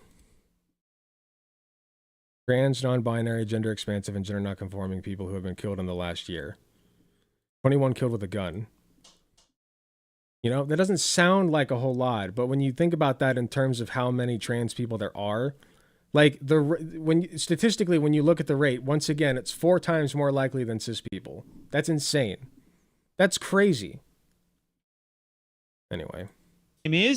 But there is many cases that I can think of that today we're going to remember all Trust me, about there's so them many. and the butchery and the madness that they have committed, not these people that have apparently lost their life due to trans hate and trans violence and whatever else, because I can't find any stories like that at all. It's called statistics, dude. Do you not believe the statistics? Like, where are you getting your stats from? Now, well, I didn't see it on the front page of Facebook, so it must not be real, right? Fucking dipshit. Poet who actually follows me on Twitter, and I think she is a brilliant individual who is a friend of Chloe Cole, who I've had on this show, by the way. I don't think we should forget about Chloe what the Cole. transgenderism narrative has done to the likes of innocent young kids. So if we're going to do a proper Trans Day of Remembrance, let's actually remember the horrific crimes that the transgender movement and cult. How about the fucking horrific crimes of like any other group? Like, let's start with white people. How about the horrific crimes of cis people against trans people? Huh? Because once again, Trans people are 4 times more likely than cis people to be victims of crime. And the vast majority of those, I guarantee you, are cis people doing it. Okay? So fuck off. Have committed towards innocent young men and innocent young women. So, this is what Maya put on her Twitter on this Trans Day of Remembrance. We will never forget how love is love. Never forget trans crimes against humanity. I've always been self-conscious about my shirtless body, even after top surgery, but it's been so much worse since getting a ton of tubes placed to keep me alive. I hate looking sick, and I hate being reminded I'm sick. I don't know who this is or what this story is. This person looks fine. By the way, like, they always post kids, too. Like, it's really fucking weird. It's really weird. Like, they never even ask the kids, like, hey, how are you doing? You know? Like, let's get the kid's opinion. You know? Like... became... This guy looks like he's doing fine. He likes to dress fine. up as a princess, so be kind and castrate him. We will never forget the trans crimes committed Nobody's saying against to our castrate children kids. and young people. Will you join me in trans remembrance? Abso-freaking-lutely. He's so annoying. So, I don't know how long I can do this. I don't know how long I can do this. as we know, the transgender narrative lies to young, innocent, vulnerable kids and says you can be something that you claim to be, which you're actually not. But if you claim to be that, it must be so. The woke... If you claim to be the other gender, yes, because that's the only way we can measure what gender somebody is. Yeah. Nonsense has gone too far. The radical left have taken it way too far. Common sense has been thrown out the window, unfortunately, all because you have a... What's wrong with the kid being trans? That's all I want to know. What's wrong with it? So what? A bunch of crybabies that jump up and down, stomp their feet and say, oh, you're attacking my identity. God forbid that you attack my identity. How in the world am I going to live if you go after my identity, man? Dude, I'm about to attack your fucking identity. Shut up. He is like really... This is a grating video. Holy shit. So, what are we going to do? We're going to tell you to shut up, sit down, and mind your damn business. Grow up. Seriously, grow the hell. I want to shove him in a locker, dude. I want to shove him in a locker so bad. That's where he belongs. That's what he's giving. Up. Your identity is not found in your POV, the nerd comes up to you and starts spouting off about why trans people are bad and all of the stories that he's personally seen on his Facebook feed, right? Just shove him in a locker. That's where he belongs. called biological sex, or this gender that you create for yourself, that you want to be the opposite sex, but you... it's so pathetic and so stupid. I lose brain cells every single time I think of this. So yes, ladies and gentlemen, let's remember all of the harm he's got a lot that of those has to actually lose. come to innocent young people. Like what? That have gone on puberty blockers, that have been butchered. Puberty blockers are completely safe. They're completely safe and completely reversible. Castrated, had their breasts cut off. Let's remember those people, or even... I had this point in the debate I just had, which I haven't uploaded yet. I promise I'll get to it. But we cut the breasts, like we do mastectomies, I should say, on cis boys who have gynecomastia. And nobody has a problem with that. Almost nobody. I'm sure a few of these freaks are like, yeah, no, they should totally have body dysphoria and tits, right?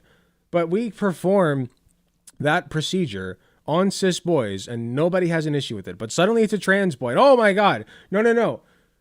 She has to keep the tits, right? We must preserve her tits on the 16-year-old, by the way. That's how these people think. They're freaks. They're disgusting. Even the young men that have chopped off their penises to invert into a wound. Let's think about Jazz Jennings, for example, who was lied to, who was paraded around for all to see. Let's remember Jazz. Nobody ever asks Jazz Jennings how the fuck she's doing. She doesn't regret her decisions. She has never said that she regrets it. Okay? She's never said that she wishes she could go back and undo it or anything like that. Not to my knowledge. If I'm wrong, feel free to say so. I could be wrong on this. I'm willing to be wrong. But from my understanding, she has never said that. What about Jazz Jennings? Who gives a fuck? Jazz and all the pain that Jazz has been through, not at the hands of regular individuals that try to tell Jazz the truth. Let's remember Jazz for being lied to, butchered, mutilated, all at the hands of this so-called narrative that is going to make you fulfilled, but it doesn't. So I had a look at what this day represents. It does, though. Overwhelmingly. Like, all the evidence we have shows that, like, in terms of the medical procedures, 99% of trans people are happy with gender affirmative care. That's the statistic. 99%. There is not a single medical procedure out there that is more that has a higher approval rating than trans affirmative care. Not a single one. Look it up. Presents for the trans community, right? The trans community. So Not to my Transgender knowledge. Day of Remembrance is an annual observance on November 20th that honors the memory of the transgender people Bro is so miserable he can't conceive that trans people aren't. That's true. whose lives were lost in acts of anti-transgender violence. Yeah. You know what? They don't actually give you examples. I had a look. This is on GLAD, by the way. And there's several other websites too. They don't give you examples. And even if they would, What are you talking about? 33 trans people. There's literally a list that was linked to me in chat. Amiri Jean Reed. Kejwan Richardson. Savannah Ryan Williams. Like, there's literally lists. There's lists. They're right here. What the fuck are you talking about? These are the faces. These are the names. Here you go. It's right here. Is that what you wanted? You freak? word to give you examples, I wonder whether or not a person has literally picked up a knife. He needs a list and all the faces and names so he can jerk off to it. How many trans people he assisted in fucking being murdered. Or a gun and gone after a so-called transgender individual because they claim to hate them. He and his ilk. I've not heard one single story like that at all. I've heard lots of stories of transgender individuals going after innocent people. Yeah, heard that. Hasn't shown up on my Facebook page. No, it hasn't. Right. But not the other, Too other way right, around. mate. So you can actually read more on the GLAD website if you want and find out how you can show support Stick to your to the Facebook community groups, on this dude. day. So the community at the moment is in absolute mourning. They've got their candles out. They're going to be more emotional than usual, okay? So we've got to be kind and considerate of these people that are mourning the loss of individuals that have actually been. Yes? Did we see the outpouring? What was the non-binary child's name? Next Benedict. Somebody said it in YouTube chat. Next Benedict. Yeah. There was a huge outpouring of sentiment for Next Benedict. A huge outpouring of support and condolences and tragic yeah, it was all over the place. You wouldn't know because you're not part of like a decent community that would do that for their fellow members. Okay? You're conservative. I assume at least this position of yours is conservative, and conservatives don't give a shit about each other. They only care about themselves. Lied to at the hands of these anti-trans violent things. So Right, far out. This week, before Transgender Day of Remembrance, people and organizations around the country participate in a Transgender Awareness Week. They've got an entire bloody week, man. I swear these people have got more days for themselves than anyone. Anzac Day and Remembrance Day is 2 days of the year where we remember our actual fallen soldiers, the servicemen and women. We have an entire Veterans Month in the United States, okay? Just nobody gives a shit about it. Went and died and fought for our freedom. So these dingbats can have their so-called day to remember no one that has fallen with anti-transgender violence. And somebody watching this that is for Transgender Day of Remembrance, write in the comments so I can see, please, and give me examples. Real examples. I would love to see them because I haven't seen any of them.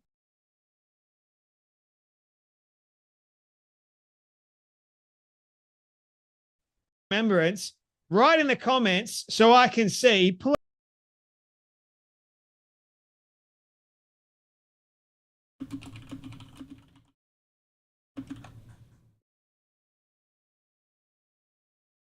Please, and give me examples, real examples. I would love to see them because I haven't seen any of them of when somebody has gone out of their way to murder or kill a actual transgender person. Somebody give me. There's literally a list. There's literally a list. It was linked to me in chat casually, and I just posted it in his comment replies. Like, what do you want, man? Yeah, it happens. At 4 times the rate of violence, I should say, not necessarily murder, but violence happens at 4 times the rate to trans people than it does to cis people. This is the facts, man. Fuck off. Examples. Because I'm pretty sure the news would froth over that stuff and you never hear the end of it. But I haven't Apparently seen any. not. Because it happens. Of all people, I would see it. Oh, I'm sure the news would froth over it. Oh my God! Hoity-toity. I'm sure we'd hear all about that. You don't. You don't, and it's happening. I wonder why you don't. You know? Have you ever thought about it? Why you're not hearing about it? You know? Because nobody gives a shit about trans people when they fucking die. Nobody cares. Nobody cares. Nobody cares. Okay? Next Benedict was the one example I could pull up in my fucking head of a trans person who died and people actually gave a fuck about it. Like, fuck off, man. You're such a sad little man. Such a tiny, sad little man. Go find a better thing to do than shit on trans people. Okay? Just because you don't get it. You don't get it. Oh, I don't get it. So I hate them because I don't get it. Fuck you. You're weak. You're weak. Okay? I'm better than you. What by is miles. Transgender Day of Remembrance? What a if you guys disgusting, weren't already aware. weak person. It was started all the way back in 1999, apparently, by transgender advocate Gwendolyn Ann Smith as a vigil to honor the memory of Rita Hester, a transgender woman who was killed in 1998. People like you should have been bred out of the gene pool. Commemorated all the transgender people lost to violence since Rita Hester's death and began an important tradition that has become the annual Transgender Day of Remembrance. Transgender Day of Remembrance seeks to highlight the losses we face due to anti-transgender bigotry and violence. I am no stranger to the need to fight for our rights and right to simply exist in the first and foremost. With so many seeking to erase transgender people, we're not. But anyway, sometimes you are. The most brutal. You don't even recognize that they're trans. You can't even recognize that trans people fucking exist. What the fuck are you talking about? You're not trying to erase them from existence. You are. You're literally doing it. What? Are you not even self-aware? Do you have 2 brain cells to rub together to cause a spark in your hollow skull? Come on, man. Ways possible. It is vitally important that those we lose are remembered and that we continue to fight for justice. So this person, Rita Hester, I wonder why this person was killed. Let's have a look at Rita Hester, shall we? Because apparently Rita Hester was this important individual. So Rita Hester was a transgender African-American woman, biological man, who was murdered in Allston, Massachusetts on November 28th, 1998. Yeah. I wonder actually if Rita's death was because Rita happened to be transgender or whether or not it was just the fact that Rita died from a senseless act. Again, look up the fucking statistics, man. Trans people are killed at 4 times the rate of cis people. That's not happenstance. That's not coincidence. Okay? There's a clear through line there. And you're part of the fucking problem. So fuck you. Act of violence. But anyway, since January 2013, so since January 2013, at least 231 transgender and gender non-conforming people have been killed in the US. According to the Human Rights Campaign, a disproportionate number of the killings have happened in the South. Overall, 5 out of 6 of these killings are of women. I mean, okay, so women, Trans women. among the 158 known trans women killed, about 4 out of the 5 are black. I wonder where they get a bunch of these statistics from in the first place in this bit of information. It's like this person. Police reports. What? You get it from police reports. Yeah. This is how investigations are conducted, right? And that's how data is gathered on this stuff from investigations. You get it from police reports. What? Like this?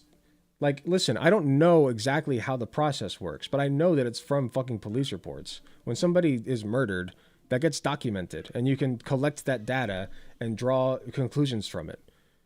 Do you not understand anything about anything? Jesus. Person is actually committing a hate crime by going after the person because that person happens to identify as being trans? Yes. Or could it yes, be the that person happens, just yes. doesn't like what a person has done and killed them? What is the motive here? They don't actually Disproportionately. mention the motive. Okay, wait, you're just victim blaming. What? That was a little bit victim blaming. Oh, the person, maybe they just didn't like what you did, dude. Maybe that's why they had to kill you. What? They just go, oh, this transgender person that happened to identify as being transgender was killed. What was the motive? It wasn't because they were transgender. Disproportional. That would be a different scenario. Okay?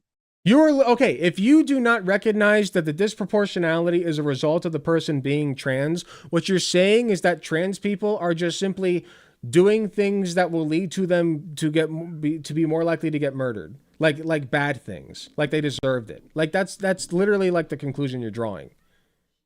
Okay? Because otherwise, like, what would the explanation be?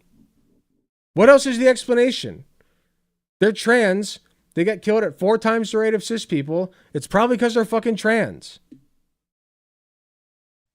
But it's not like all these people are killed on a regular basis. But this is from NBC, by the way. I'm reading from that, and how Rita Hester apparently sparked this giant movement for Transgender Day of Remembrance. So anyway, I didn't see any like evidence that showcases the motive, because they won't tell you the actual motive. They'll just use it as like a poster for their so-called movement. It's the which is statistics. what they normally do. It's the statistics. But when you actually look at it, more than likely, the real problem here is we don't need to remember. He's stupid. He's just stupid. His skull is his brain is calcified. Like his brain is just a stone, right? Like he doesn't understand how statistics work. He doesn't get that. He doesn't get it. Trans people are killed at 4 fucking times the rate of cis people. What else needs to be said here? Hello? There seems to be a through line. Transgender Day of Remembrance as for the so-called transgender people that have lost their lives. I think we should actually look at who the innocent men. The motive of oppression doesn't matter. It's still oppression. His argument is that trans people just happened to be killed in these circumstances. Like it was like, let's say a domestic dispute in which, like, let's say you have a husband and a wife, right? A trans wife, and she didn't cook the dinner properly, and so that's why her husband beat her to death. You know, like that classic domestic dispute trope, if you will. Like he's saying it's not a fact, like being trans was not a factor in that. I understand his argument, but it's a stupid fucking argument if you look at the statistics. It's really stupid. Children and women, that their lives have been ruined because of transgenderism. I think we should remember all those people. Anyway, Show me happy them. Transgender Day of Remembrance, people. You can even say that. That's enough from me. You guys take. Dude, what a disgusting individual. What a piece of shit. I hate him. I hate everything about him. He needs to be shoved in a locker and just stay there. Just stay there for the remainder of the school day. And then you can have your mommy pick you up and take you home. And you can yell at her to make you dino nuggies because you're an insufferable piece of shit.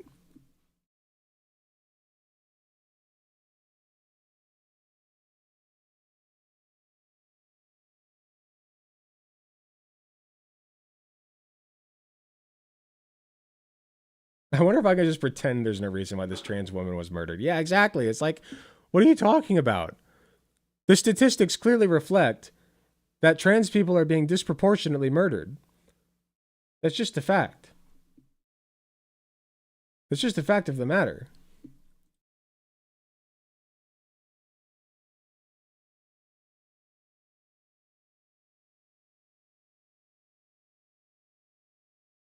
Oh, hold on. I'm sorry. I'm going to take a quick break. I got to go to the bathroom and tell Katie something. I'll be right back.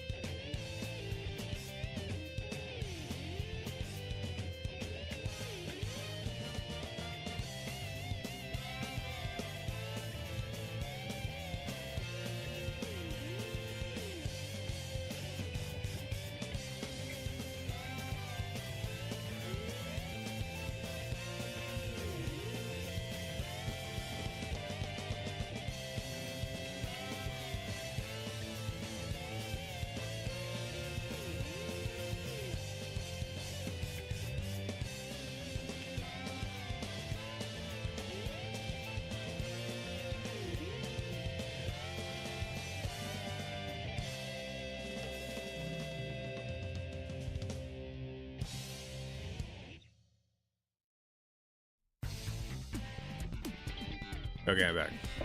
Sorry. I had to remind Katie of a thing that I sent her. There was a,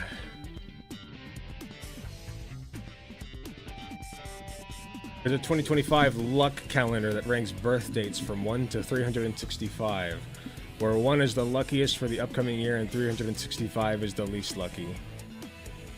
And you'll never guess where Katie is.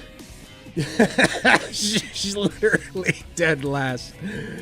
Oh, she's fucking dead last. It's so funny. It's so fucking funny.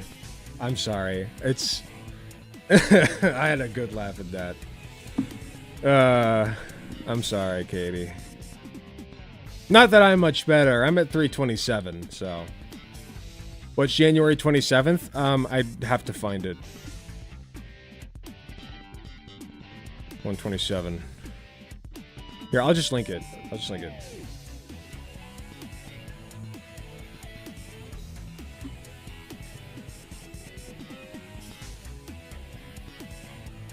There you go.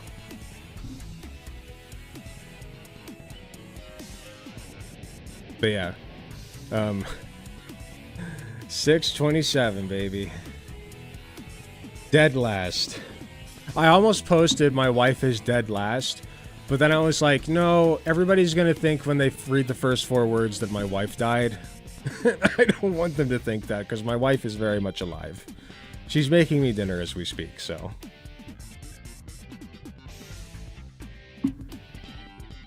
I remember one of the people running my province called trans kids rat shit. What the fuck? That's fucked up.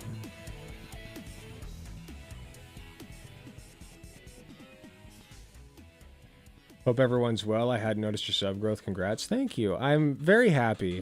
Like, I'm sorry, but the past couple of months I've been kind of dissuaded from streaming for some reason or another, and I feel like I've neglected to tell you guys how much I appreciate all the growth. And I want to keep growing. I had a lot of self-doubt issues going on, and a lot of imposter syndrome. So I'm largely getting past it. It still hits me every now and then, but I'm getting past it. But I do want to keep growing. Actually, I need to tell you guys something. Guess what? Oh wait, I can't go into my email with you guys watching. That would be bad. We'll see all the porn I subscribe to.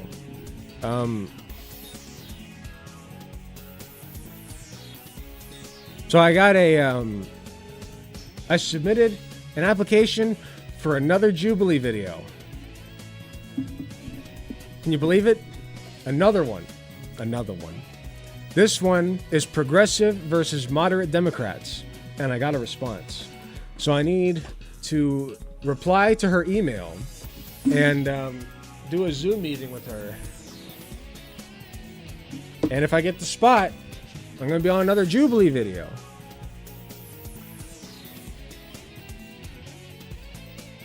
How would that be? That'd be crazy, right?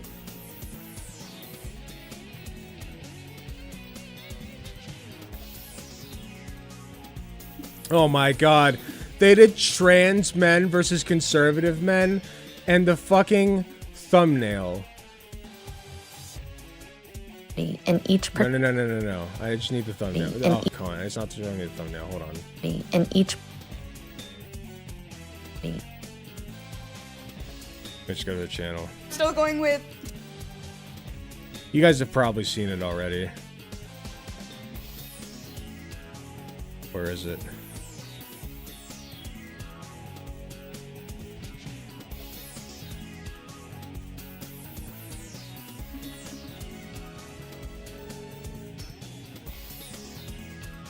Here we go. Trans men versus conservative men. Look at the fucking thumbnail! Who's that? Oh, who's that?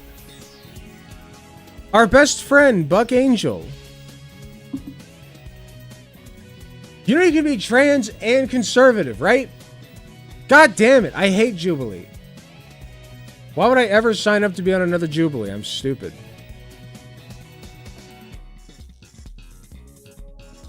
I hate Jubilee so much, but yeah. Listen, unfortunately, Jubilee is really popular.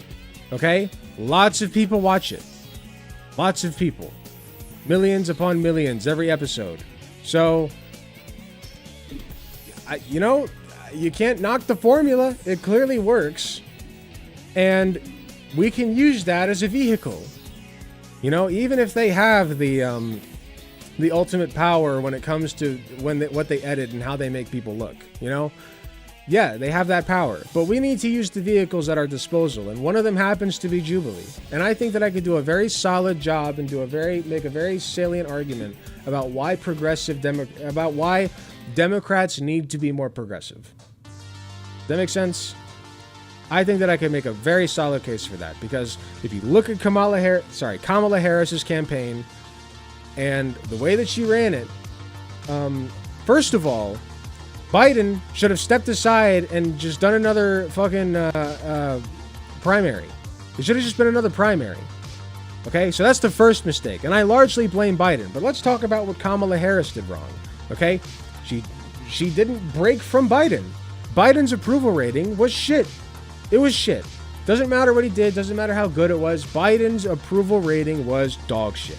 Okay, he did not message himself well. He didn't deliver himself well to the public. Nothing. Okay? Nothing. He just was, he apparently people thought he was dog shit. Okay?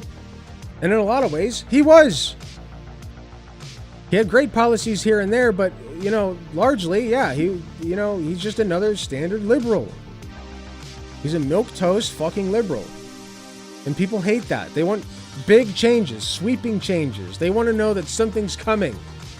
They need a narrative. They need something to look forward to. Even if it's bad. Apparently, they elected Trump again. So, Biden's approval rating was dog shit. He ran, but then dropped out. And then Kamala Harris comes in, and she doesn't change jack shit. She doesn't separate herself at all from him. Not at all. Not a bit. And all she had to do was separate himself on something. Something. Oh, Biden didn't make a federal change to weed. I plan to do that. I plan to push hard for that. It doesn't have to be like crazy. You don't have to say Biden was terrible. Just say, look, I think that Biden could have paid a little bit more attention to this issue, and that's where I'm going to step in. You don't have to break from him to do that. You don't have to say he was bad on that. Okay? You can say he didn't do enough. He just didn't do enough. I think that I could do more. Just say, I think I could do more.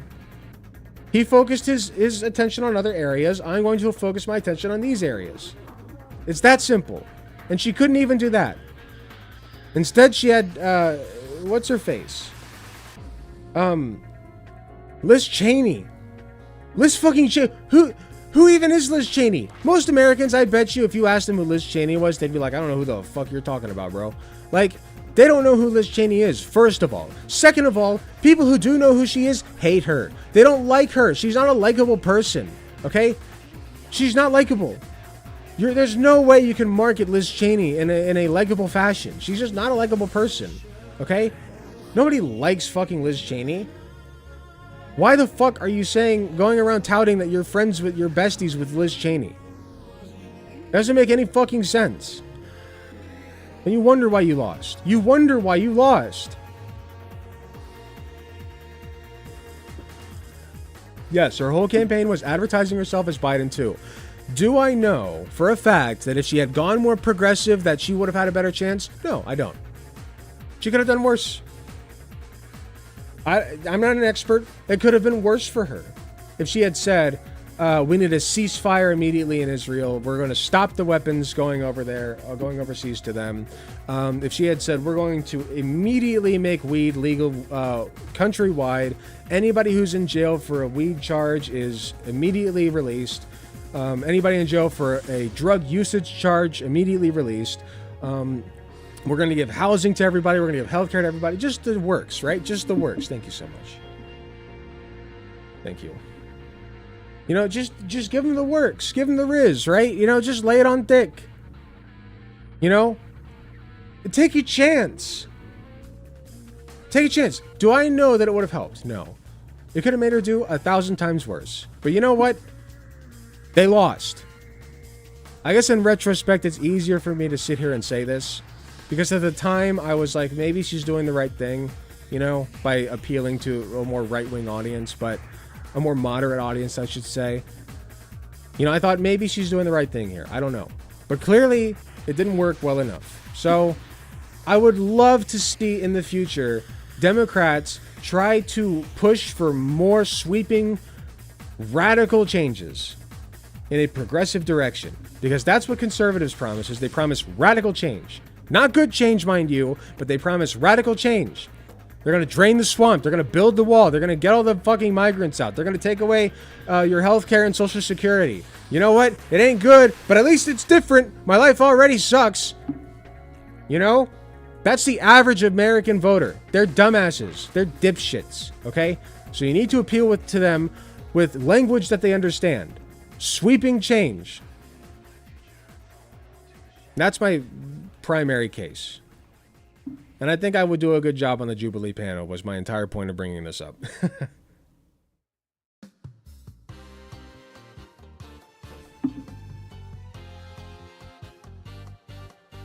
They keep trying to come up with this olive branch to the Republican in the vain hope of bringing some over. Yeah, it's ridiculous. There was exactly the same percentage of Republicans voting for Trump as last time. It didn't work. It didn't work. Their attempts to court moderates to moderate conservatives did not work. Didn't work.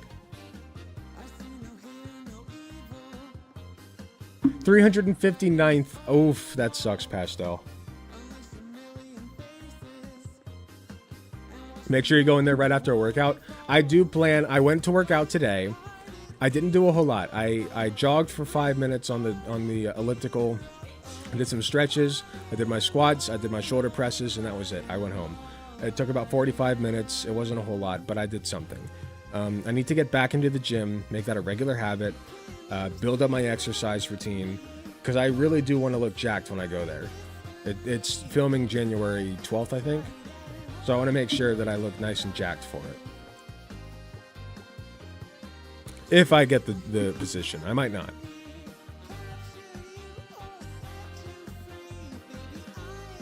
Proud of you. Thank you.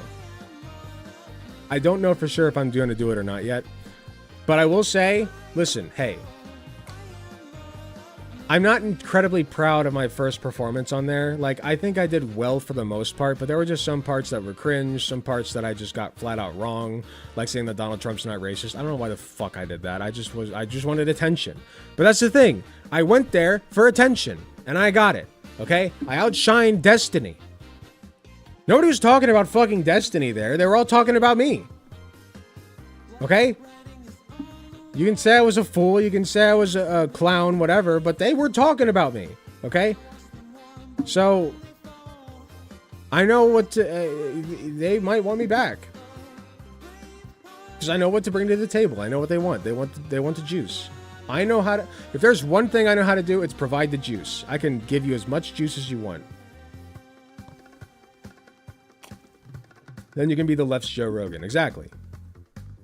You're a clown. Yes, exactly. You get it.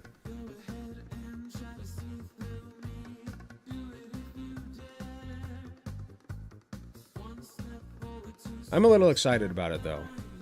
I didn't think I would be, but I hesitated at first.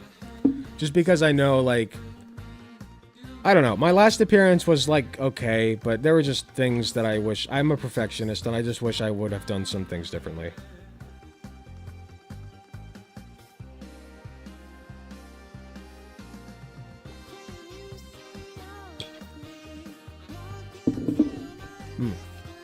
It's good. A little hot still. Sucks that you can't watch Jubilee anymore on YouTube. No?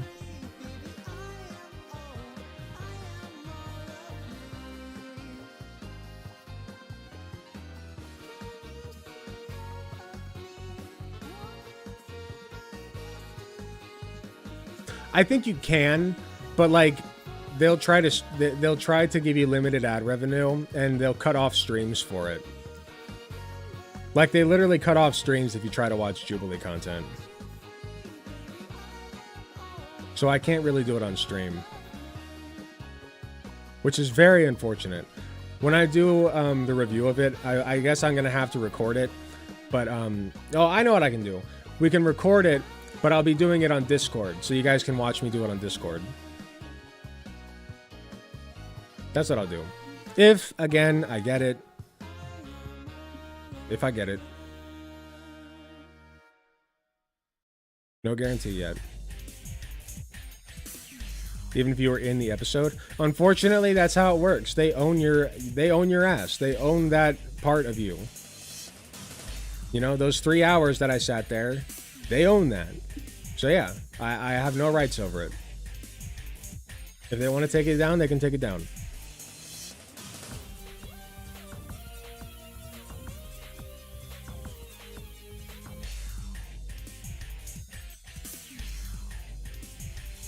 My birthday doesn't even make top 200. Well, my birthday's like 3/21 or some shit, so.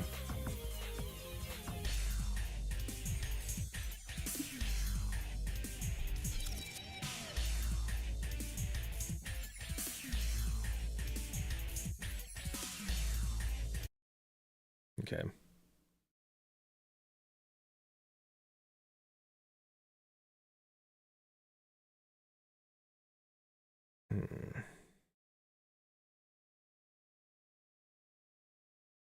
Yeah, I don't know if I want to watch this.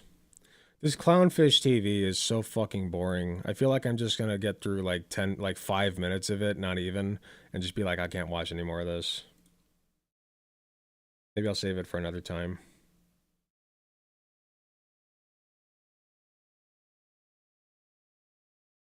Okay. Oh, this video is 27 minutes. I need something. You know what? Actually, fuck it. I'll do it. I feel like I can take this on right now. This will probably be my last segment, though. I'm getting rather tired.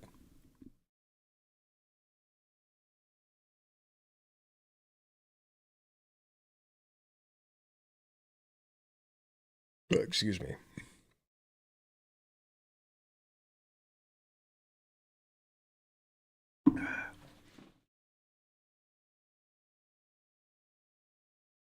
All right, so we have another request from the Discord server. You can find the Discord server in the links below in the YouTube description, or you can scan the QR code on the screen that Dubsy likes to leave there, and you can drop your suggestions in the juice box. And I may or may not look at it. So just depends on the mood I'm in. For this one, we got one called "Why Trans Activism Is Not a Civil Rights Movement" by a person named King Critical. I think that it is a civil rights movement personally. I don't have like a long drawn out argument for that, but you know, things like basic bathroom rights, I feel like that's a big indicator, right? Being able to access the same kind of medical procedures that other people can. Things like you know, cis boys being able to get gynecomastia procedures, but trans boys can't get breast reduction when it's literally the same procedure.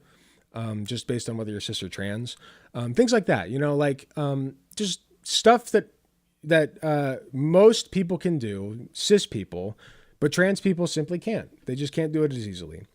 Additionally, there's a lot of cultural pushback against trans people on the regular.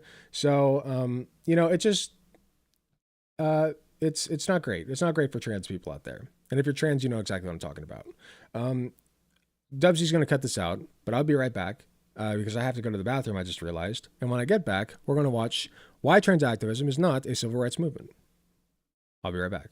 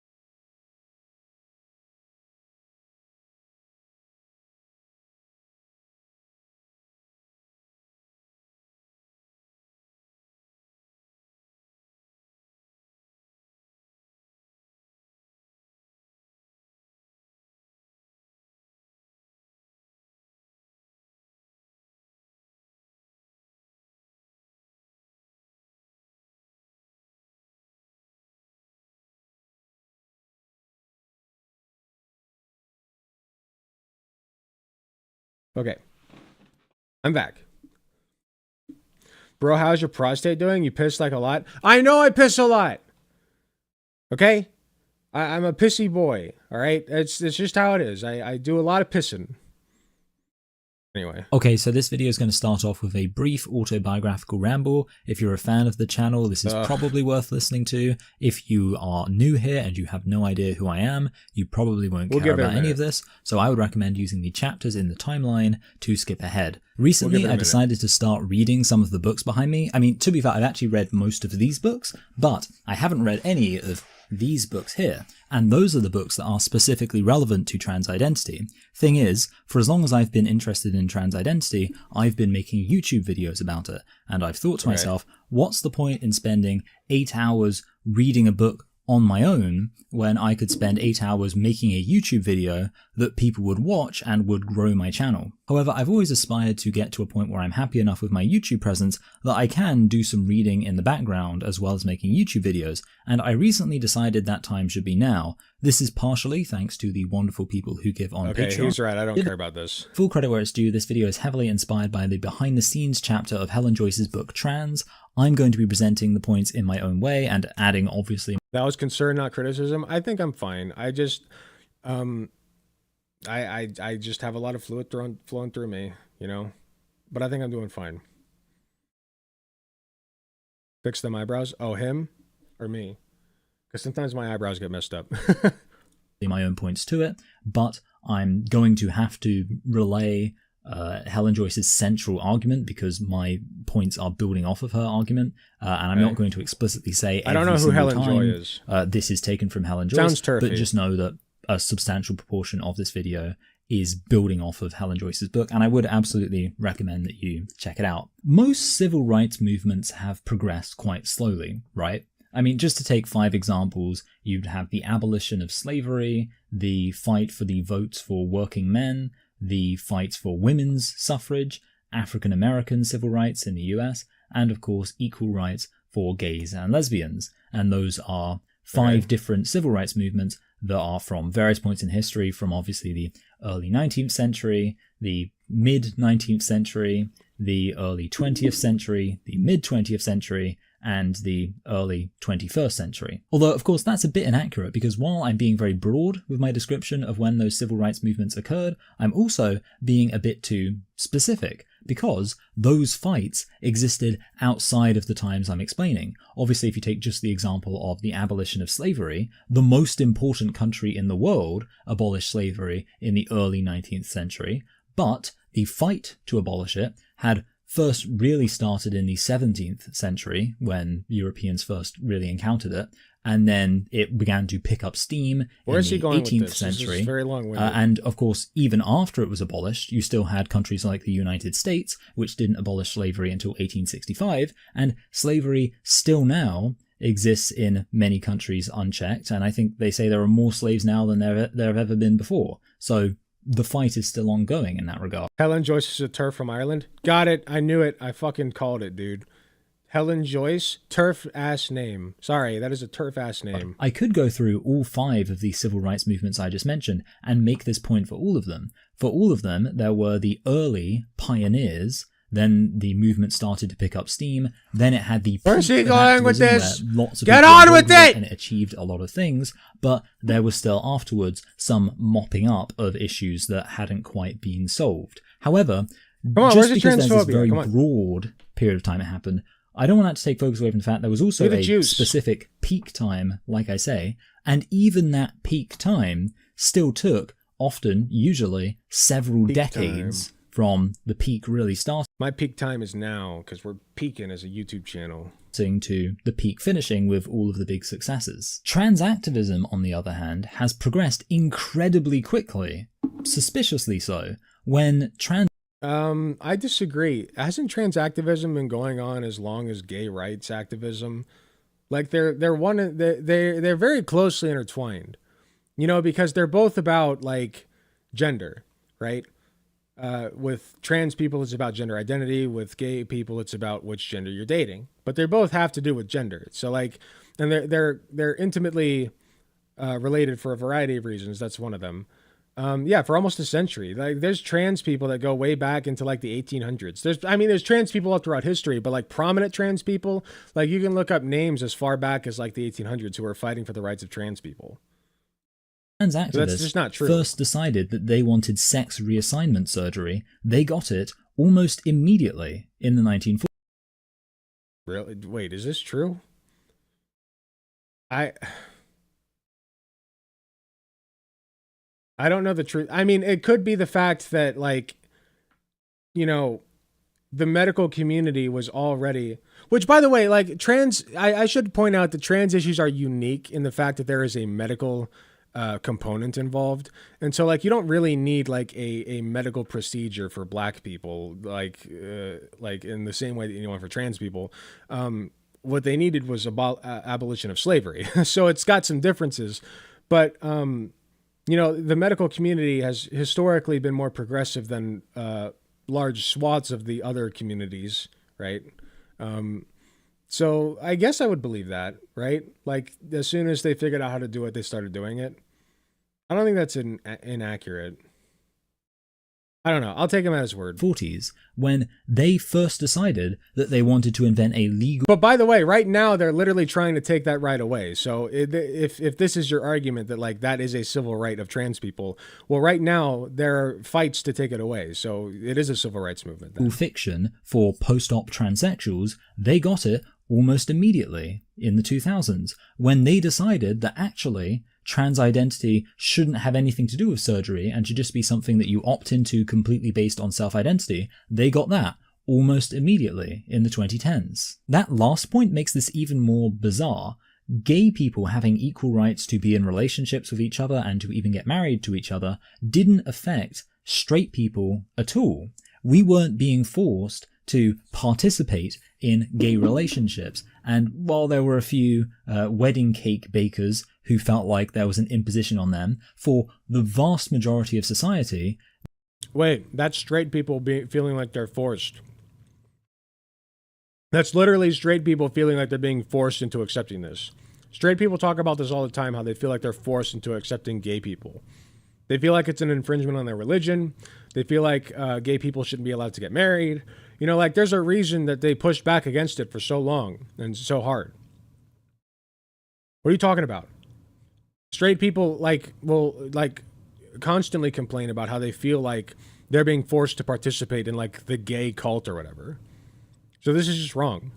Letting gay people get married really didn't demand anything of us. And yet, despite this, the Neither does fight properly for the acceptance gendering of a gay trans relationships was inexpressibly drawn out and hard fought. A fight for straight people to do something that didn't even demand anything of us. And while the other civil rights movements maybe did demand a bit more of people, I mean, the fight to abolish slavery was literally I can't wait to see what he says trans people demand from him. demanding that people give up a source of income, so it's maybe not surprising that they were more resistant to that.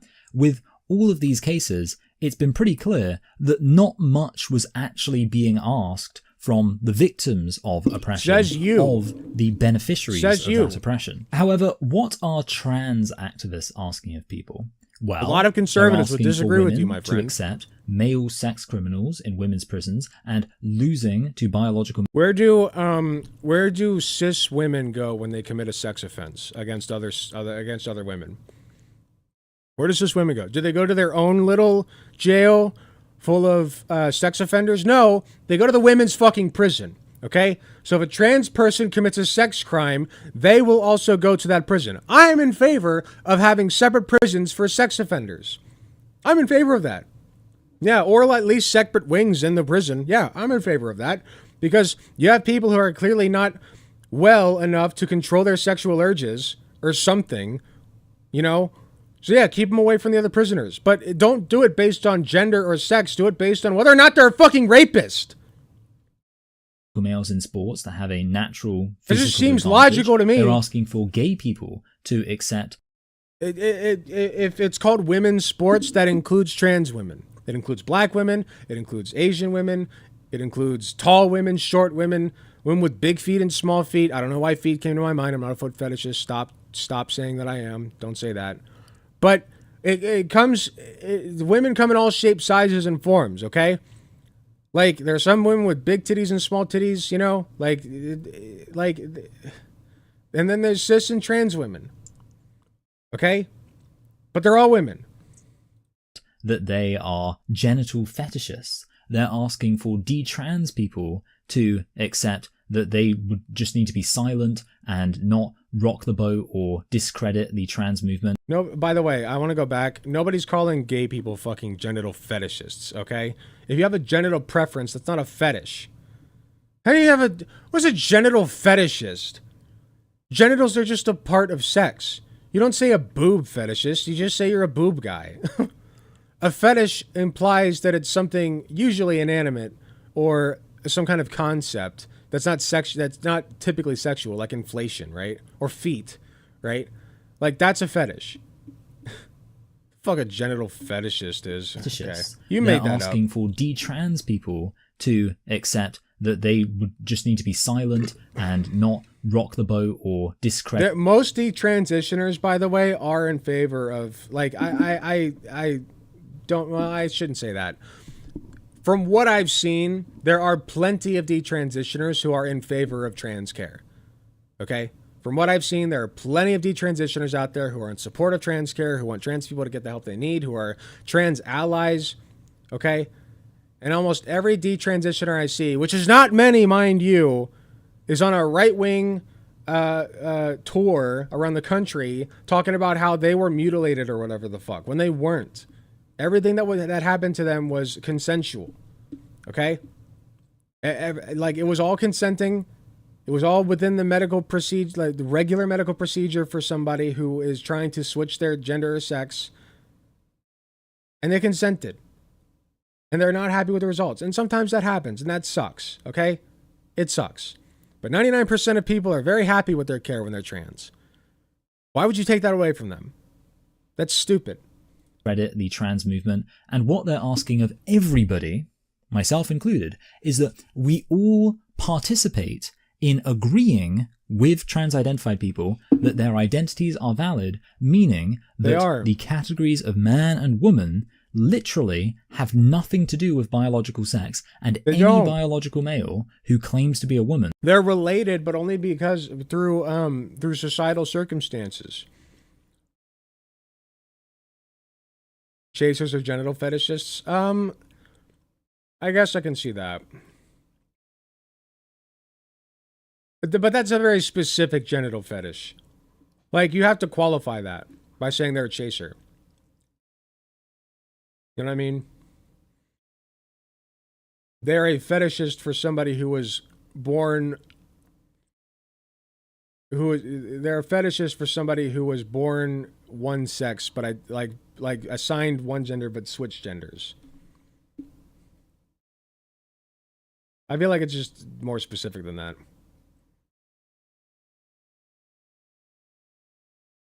Hand fetishists? They're out there. Automatically becomes a woman because of their say-so. Now, nobody should need me to tell them that that's a big ask. Gay people being allowed to get married? Doesn't affect me at all. Why is that a big ask? Do you ask to see, like, how do you verify whether or not somebody's a woman? How do you verify that? You know? Oh, they got a beard? Okay, some women have beards. They're big, some women are big. There was I had a teacher who was, like, taller than me. I'm 6'2". She was taller than me. She had broader shoulders than me. She was my science teacher in 6th grade. Okay? Some women are just naturally bigger. Some women have body hair. Some women have deeper voices, but they're all women because they identify as women. That's what the thread that connects them. They identify and act as women. Women voting? That's only fair. Getting rid of slavery? Of course we should get rid of slavery. But accepting that the way that all of society has understood the categories of man and woman basically forever, the only way of defining the terms... That's not true either. There's plenty of things that debunk that. ...that really make sense. If you're going to tell me that I need to do that, I mean, you better have a pretty good argument. But actually, trans ideologues don't have any argument for what they're asking. In fact, despite the fact that... Trans women just want to be treated like every other fucking woman. That's all they want. It's not that fucking hard. It's really not. Their whole thing is saying trans women are women. They can't even tell you what a woman is. And if anybody tries to discuss Anybody who what a woman identifies is, as one. or other questions related to trans identity, they're called bigots, and trans ideologues will try desperately to Because the only people who give a fuck what a woman is usually a bigot, yeah. silence them. This does not seem like a reasonable movement that's just asking for equal rights. Now, that's weird. Trans activism has progressed far quicker and more effortlessly than a civil rights movement, and yet what they're asking is far less reasonable. Now, I know some people will object to me saying It's not trans that activism unreasonable. progressed easily. Treating trans women like you treat every other woman is not unreasonable at all. It's a very simple thing to do. Just treat her like a woman. Treat her like you would treat any other woman. Call her she, her. Use her proper name. Let her use the fucking women's bathroom. Let her play in women's sports. If she does something wrong, send her to a women's jail. Treat her like any other woman. Easily and quickly, they'll say, well, what are you talking about? We have been arguing for this stuff for ages, and there have been people who have been silenced and even violently repressed at some points. This has not been easy for us. And okay, I hear you. I'm not claiming that there was never any pushback against trans identity, but to put it into There are perspective, literally laws outlawing, like there's a law that just passed in Ohio, it was signed by Governor DeWine, that bans trans women from using the women's bathrooms. That is oppression. You're forcing trans people to say that they're not actually like to basically not recognize their own gender, okay, like their own identity. You're forcing them to seal off a part of their identity.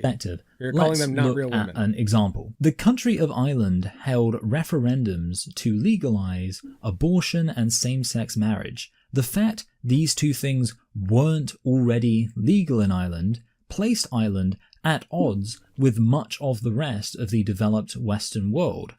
And despite that, this was still a big fight that needed to be fought. There was a lot of hard work, campaigning and educating people in order to get the referendums in the first place, and after that, there was still a battle to be fought to make sure that the public vote went the right way, which involved having to communicate with and organize members of the public. In 2015, Ireland passed the Gender Recognition Act, which permits Irish citizens to change their gender on government documents through self-determination. The law does not require any medical intervention by the applicant, nor an assessment by medical professionals. This law means that officially, legally, the government of Ireland signs off on the idea that a biological male is a woman just by saying so. This law passed with no referendum.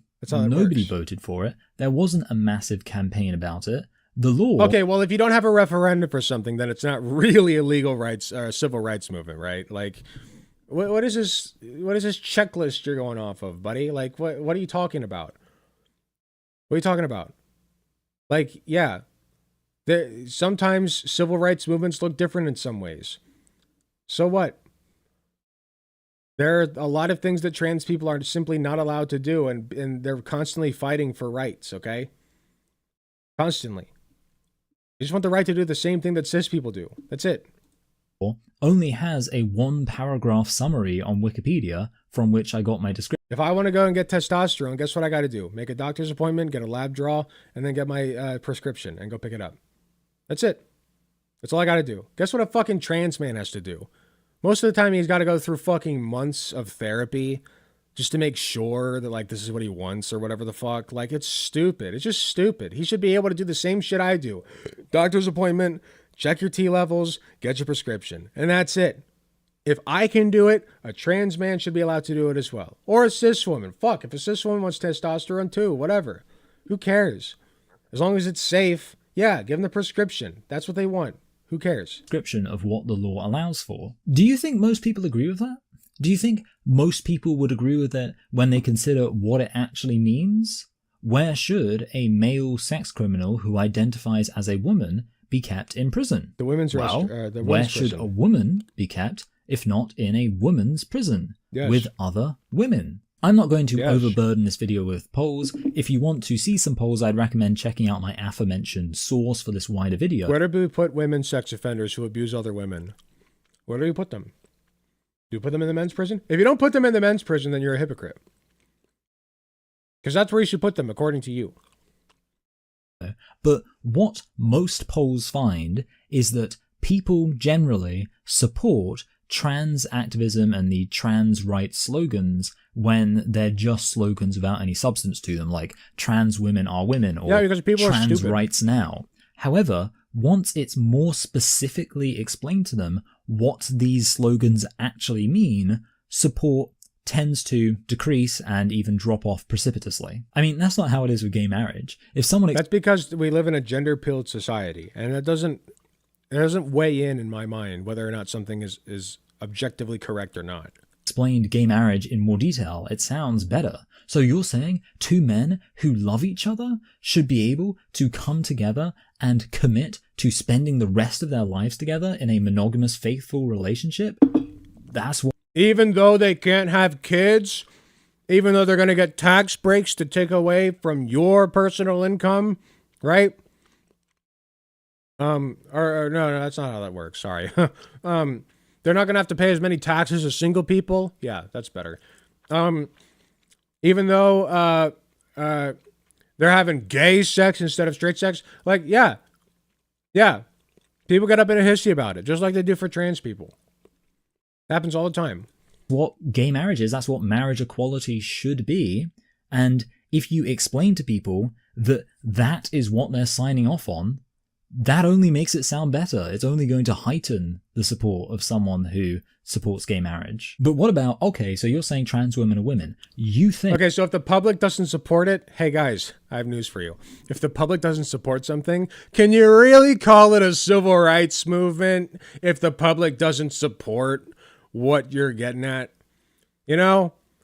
Like, can you really call it a like? Let's really think about it. You know, was it really a civil rights movement for slavery when most people were in favor of slavery? Was it really? Come on now, come on. Let's think about this rationally, people. Think that a What the fuck biological are you male talking about? should just be able to decide they're a woman and enter a woman's changing room and get naked in the presence of lots of other women. If a cis woman can get naked, then a trans woman can get naked. Yes.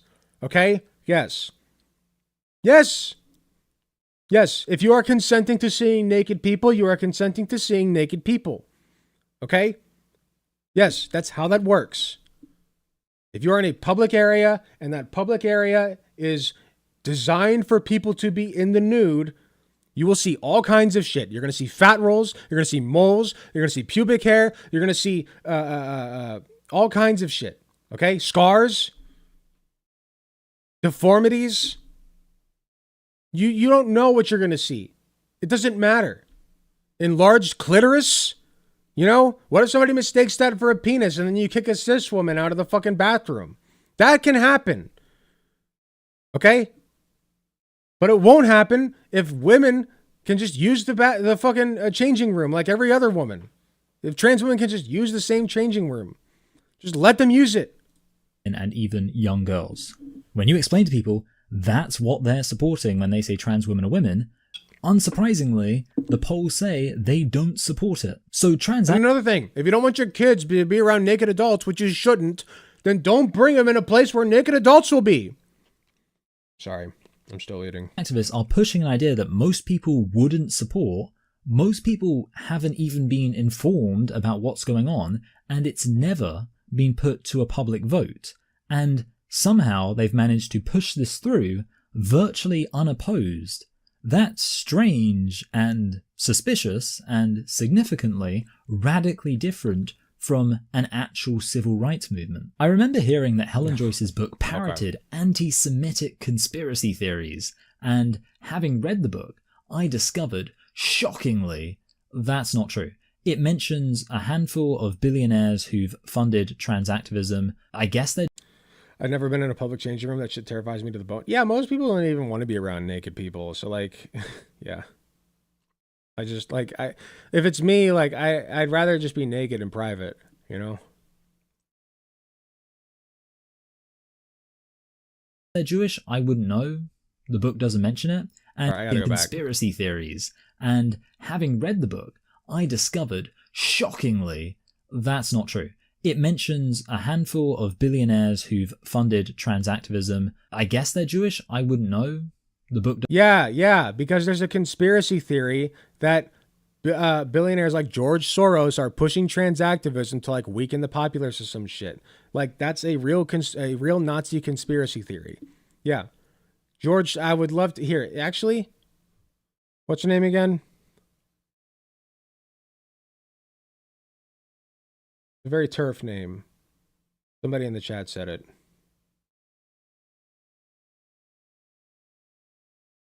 Hold on. Helen Joy.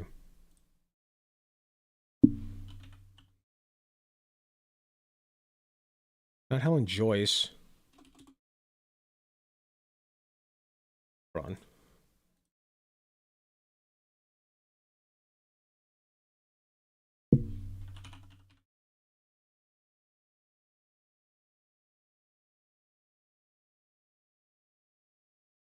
Is it Helen Joyce? Yeah, it is Helen Joyce.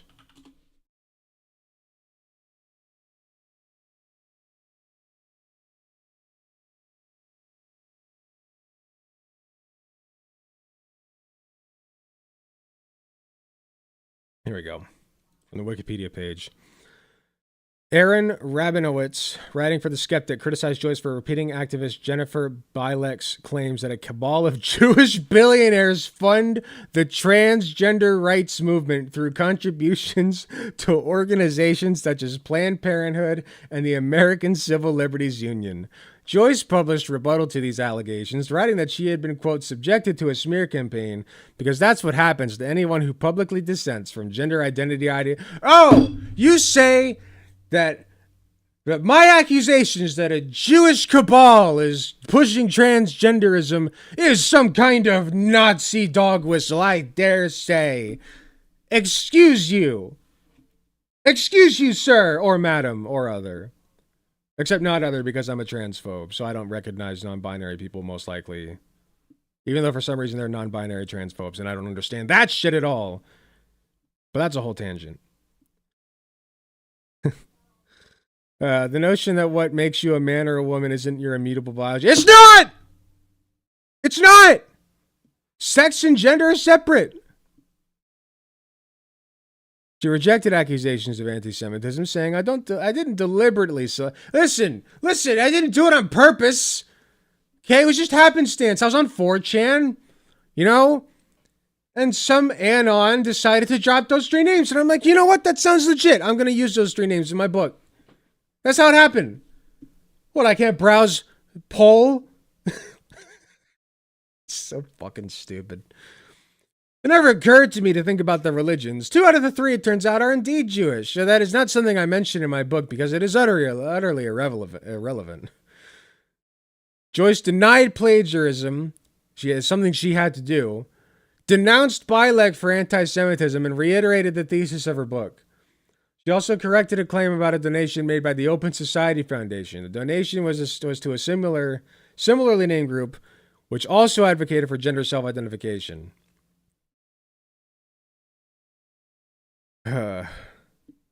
That's great.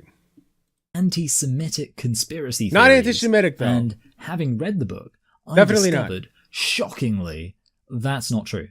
It mentions a handful of billionaires who've funded. I wonder if George transactivism. Soros was on that I list. guess they're Jewish. I wouldn't know. The book doesn't mention it. And it only talks about this for about a page in a book that's well over 200 pages. And this is just mentioned within the context of making a larger. And one thing that conspiracy theorists never do, famously, is hide little nuggets of information in books that are barely noticeable. That doesn't happen. More important point, that trans activism is not like a civil rights movement. Civil rights movements rely on grassroots activism and popular support to achieve their goals, while trans activism relies on an elite group of incredibly rich people pushing You're through doing and it! targeting You're literally to get doing it! specific legislation passed, basically. You're doing the thing. This is the Nazi talking point, dude. You're doing the Nazi talking point. You're talking about fucking elites pushing transgender activism on people. What the fuck? That's a Nazi talking point, you dipshit. Under the radar. Within that context, it makes sense to point out that a lot of very rich, Yeah, and some of the page consequently number was just very 1488. powerful men have been involved in pushing for this movement. Who those specific men are doesn't really matter. The point is just to explain why it is that trans activism has had so much success, despite not raising very much public awareness. It hasn't, and though. having goals that most people... They're literally right now outlawing trans people from being allowed to use the bathrooms. What success has there been? They're outlawing trans care in the United States. What success has there been? What are you talking about? Like, even if for a while it was legal, guess what? We're now fighting a wave of it not being legal. A wave, by the way, on whose side you're on. Okay? Here's my question to this person. Do you support trans care for kids? There's my question. Do you support trans care for kids? Because this video is about trans activism not being a civil rights movement. And you know what? I'm willing to bite that bullet. Sure. Let's say it's not a civil rights movement. Let's just say that. Sure. Okay. Do you support trans rights? Do you? Because if you don't, I'm a lot less inclined to believe that you're coming at this from an unbiased perspective. Okay? You don't give a shit about trans people. You just want to shit on them and say that they're not really fighting a real civil rights movement. I don't give a shit what you call it. Just give them rights. Say that they can transition. Yeah, good, great. Yeah, you're a woman. Yeah, great, you're a woman. You can go to the women's bathroom. You can play at women's sports. Great. Who cares? Who gives a shit? It's sports. Who cares? Who cares? Let one person swim next to another person. Who gives a shit? People, if they were aware of it, would not Weirdos. support. This also explains why trans activism isn't even a good activist movement for the most vulnerable trans-identified people. Wokies love to attack radical and second-wave feminism for not being sufficiently intersectional in terms of focusing on the needs of marginalized women, but how much of trans activism is focused specifically on the needs of wealthy white males? A heck of a lot of it. How much help does it give to trans-identified... We talk all the time about how black trans women are the most likely to be killed out of anybody. Black trans women's fatality rate is way higher than like the vast majority of demographics. That's a common talking point. What are you talking about? Like poor off, I don't want to say poor off, not wealthy individuals who happen to be of color who are trans are the most likely to be the recipients of violence. We say that all the time. What the fuck are you talking about? You're just stupid. You're just stupid. Male prostitutes from the developing world or from ethnic backgrounds thereof living in the West. Well, what they get is lots of white middle-class men using these deaths to get support and to emotionally blackmail people by claiming they're the victims of a broader anti-trans violence. Yeah, see, I don't believe a single fucking word this guy says. Saying that trans people are emotionally blackmailing people. Fuck you, man. Fuck you. How dare you? Does that help them? While we're on the subject though, is this even anti-trans violence? Do we really think that a gender non-conforming male prostitute in Latin America, considering the attitudes they have there towards sex and gender and how regressive they generally are, would be completely fine if he just took a moment to clarify to his murderer, actually, I identify as a man in keeping with my biological male sex? Hold on, what the fuck did he just say? Wait.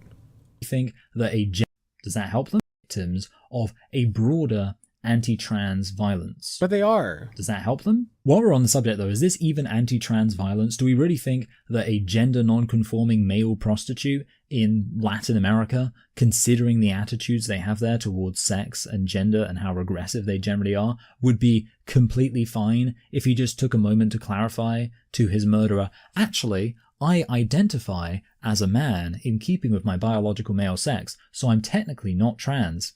Yeah, sure. If trans activism is not a grassroots movement... Okay, again, we went over this in the last segment. Trans people are 4 times more likely to be the recipients of violence in the United States. 4 times. Okay, that's not a coincidence. Yes, they are largely the victims of a violent movement against them. This is just the facts. It's the same fucking argument as the last guy we watched. The same argument. It's bullshit.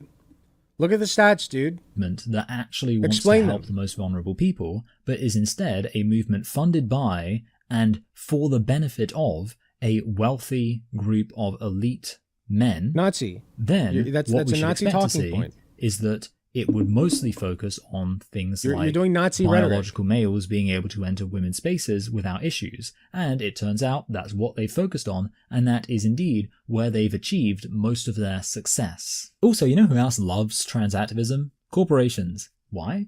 Because it allows them Because of capitalism. Because of capitalism! It's capitalism. Because they see... Walmart has already said they're taking all of the trans products off of their shelves. Okay? Whatever a trans product is. They're rolling back DEI for trans people. Okay? Because of money. It's money. They're after money. Yeah, we know that. Everybody fucking knows that. If you had any care about that, you'd be fighting against fucking capitalism, not transgenderism, as you call it. It's stupid. You're a stupid morally and person. socially conscious by putting all of their effort on showing how woke they are regarding the fictional oppression of a group of people. Yeah, because who they're are after in fact money! A privileged minority that benefit from entirely empty gestures. Privileged. They're privileged. No trans-identified male prostitute in the global south was ever saved by pronouns in an email signature. Actual civil rights leaders like MLK and Malcolm X. It's not about saving fucking lives by saying your pronouns in an email. It's about messaging to somebody, hey, I'm not going to treat you differently because you're trans. Unlike you, which you would, okay? I would not, because I'm a decent fucking person. If somebody's trans, I'll say, okay, great. Who cares? Who cares? Great. You say you're a woman? Okay. I'm not going to genitals check you. I don't fucking want to see your dick or your chromosome test. It doesn't matter. You say you're a woman? Great, you're a woman. Who cares? Who cares? Yeah. They're a woman. Or a man. Or other. Who gives a shit? Just be a normal person, man. Just be chill, all right? Like me. Just be cool. Didn't just fight for civil rights that would make things better for those. Oh no, instead I'm going to make a half-hour screed on why wealthy elites are funding transgenderism. I'm not a Nazi, by the way. Definitely not a Nazi. But corporate elites. The corporate elites are funding the transgender cult. Yes, you see. We must fight against this swine of the transgenderism. I am not a Nazi. People who already had privilege and power.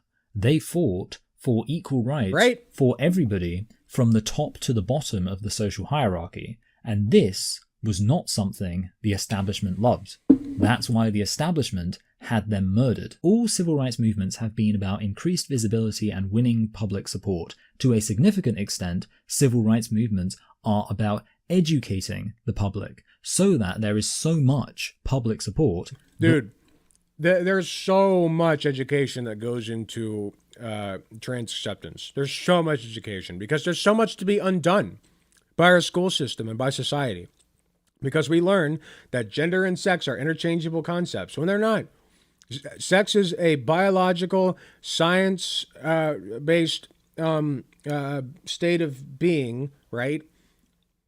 And gender is a societally based prescription based on that, okay? Based on your sex, usually your genitalia, because they do a dick check on you when you're a newborn. And that's really weird, and I wish they wouldn't, but they do. They do a dick check on you. You got a dick? M. Don't got a dick? F. And you're labeled with that for life, in most cases. And that's really fucking weird, and I don't like that, okay? That's really weird. So, where's it going with this? I don't even remember. The government is basically forced to institute change that is now popular. Obviously, there will still be a significant number of people who are resistant to it amongst the general public, but generally, broad social support comes before the pro-civil rights legislation. Why is it that trans activism has been... Yeah, education. There's a lot to undo in terms of education. It's deeply ingrained in society, gender norms, right? It's just, you know, even I still succumb to them, okay? I hold back tears when I'm watching One Piece with Katie because I don't want to be embarrassed because I'm a man, okay? Yeah, even I still have that deep-rooted gender sense of gender that men aren't supposed to cry, yeah. And so there's a lot of education to be done. Able to pass a lot of legislation before any public pressure, before any public vote, before even any public And you knowledge support that, about right? what it And you is they're support even those doing. things. How have they done that? I bet he Well, supports those things. It's because they're not a grassroots activism campaign. I want to pin this guy down rhetorically and ask, do you actually support trans people being allowed to have these procedures? Do you support like puberty blockers? Do you support kids being affirmed in their gender even if they're trans? That's what I want to ask. Because if he doesn't support those things, then I don't give a shit what else he has to say about whether or not it's a fucking civil rights movement. I don't care what you classify it as. Just give trans people the same rights as everybody else. They are a movement focused on lobbying, which is pretty much the opposite to a grassroots campaign. They are focused on not educating the public, but specifically keeping the public ignorant to what they're doing. Mason David. What the fuck are you talking about? Like I just got done explaining ad nauseum, trans people are constantly educating the people around them. Not even activists, just fucking regular ass trans people educating people around them constantly about what it means to be trans, because they have to do that because we live in a gender cucked society. Trans people are always, and trans activists are always educating people. The director of the Transgender Law Center said, "We have to acknowledge that we have largely achieved our successes by flying under the radar. It is a secret at Transgender Law Center, and I'll come out today. We do a lot really quietly. We have made some of our biggest gains that nobody has noticed. We are very quiet and thoughtful about what we do because we want to make sure we have the win more than we want to have the publicity. And that has been largely effective. We're not the only one, and many organizations have done this, and we've been able to get a lot done." And here's an article by Michael Cross in the Law Gazette from 2019 making a similar point. Campaigners to change the law to allow children to change their legal gender should avoid excessive press coverage and exposure, according to an international survey singling out the UK for criticism. Only adults? Good practice for legal gender recognition for youth is the result of a collaboration between international firm Denton's, the Thomson Reuters. Okay, I'm bored. I think that's good. I'm just baffled. The guy literally did Nazi propaganda. Like, what the fuck are you talking about? You're literally doing the thing. You don't actually care about trans people. So whether or not it's a civil rights movement doesn't really matter to you. I guarantee you that you don't actually support like trans healthcare or trans. Like you've already said that you don't want trans people being in the same prisons as like trans women being in the same prisons as cis women. So I don't care whether or not you think it's a civil rights movement. It doesn't fucking matter what you think, because you don't recognize trans people as the gender that they are, and you don't give a shit about them. So fuck off.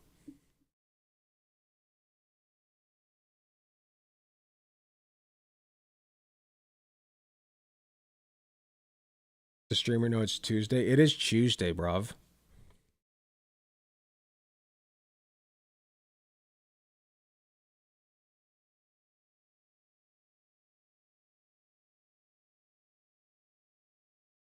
I had to explain myself to my old landlord who is a Mormon, and he was actually really nice about it.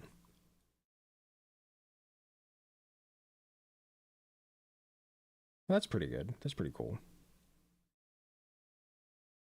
Okay. All right. I am tired. I've been streaming for about 3 hours. Not too bad. I'm trying to get back into it. I almost ended earlier. So I am going to drop you guys off with somebody. Let me see who is live right now.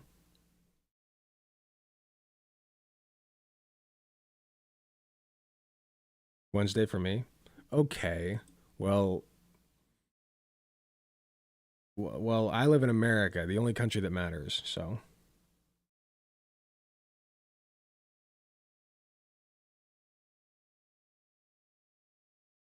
Okay, I'm going to drop you guys off with Dylan Burns, because he's live.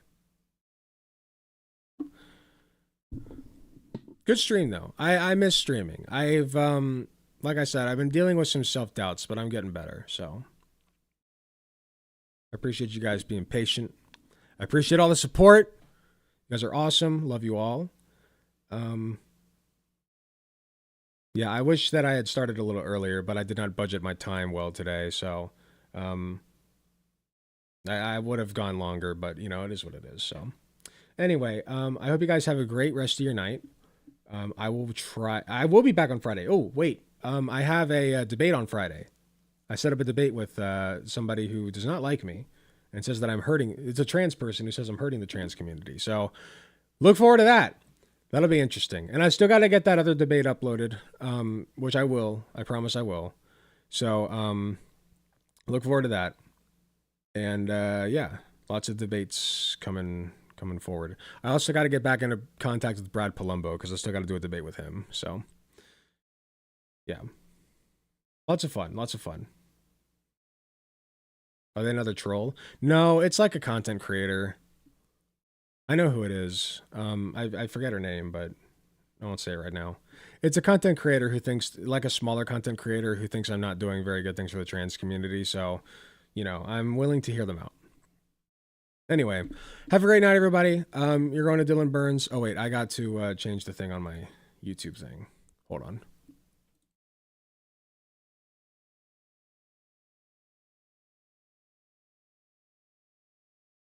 So you guys redirect. Redirect. Okay. All right, you're going to Dylan Burns. Take care, everybody. Have a great night. Love you all. And I'll see you on Friday.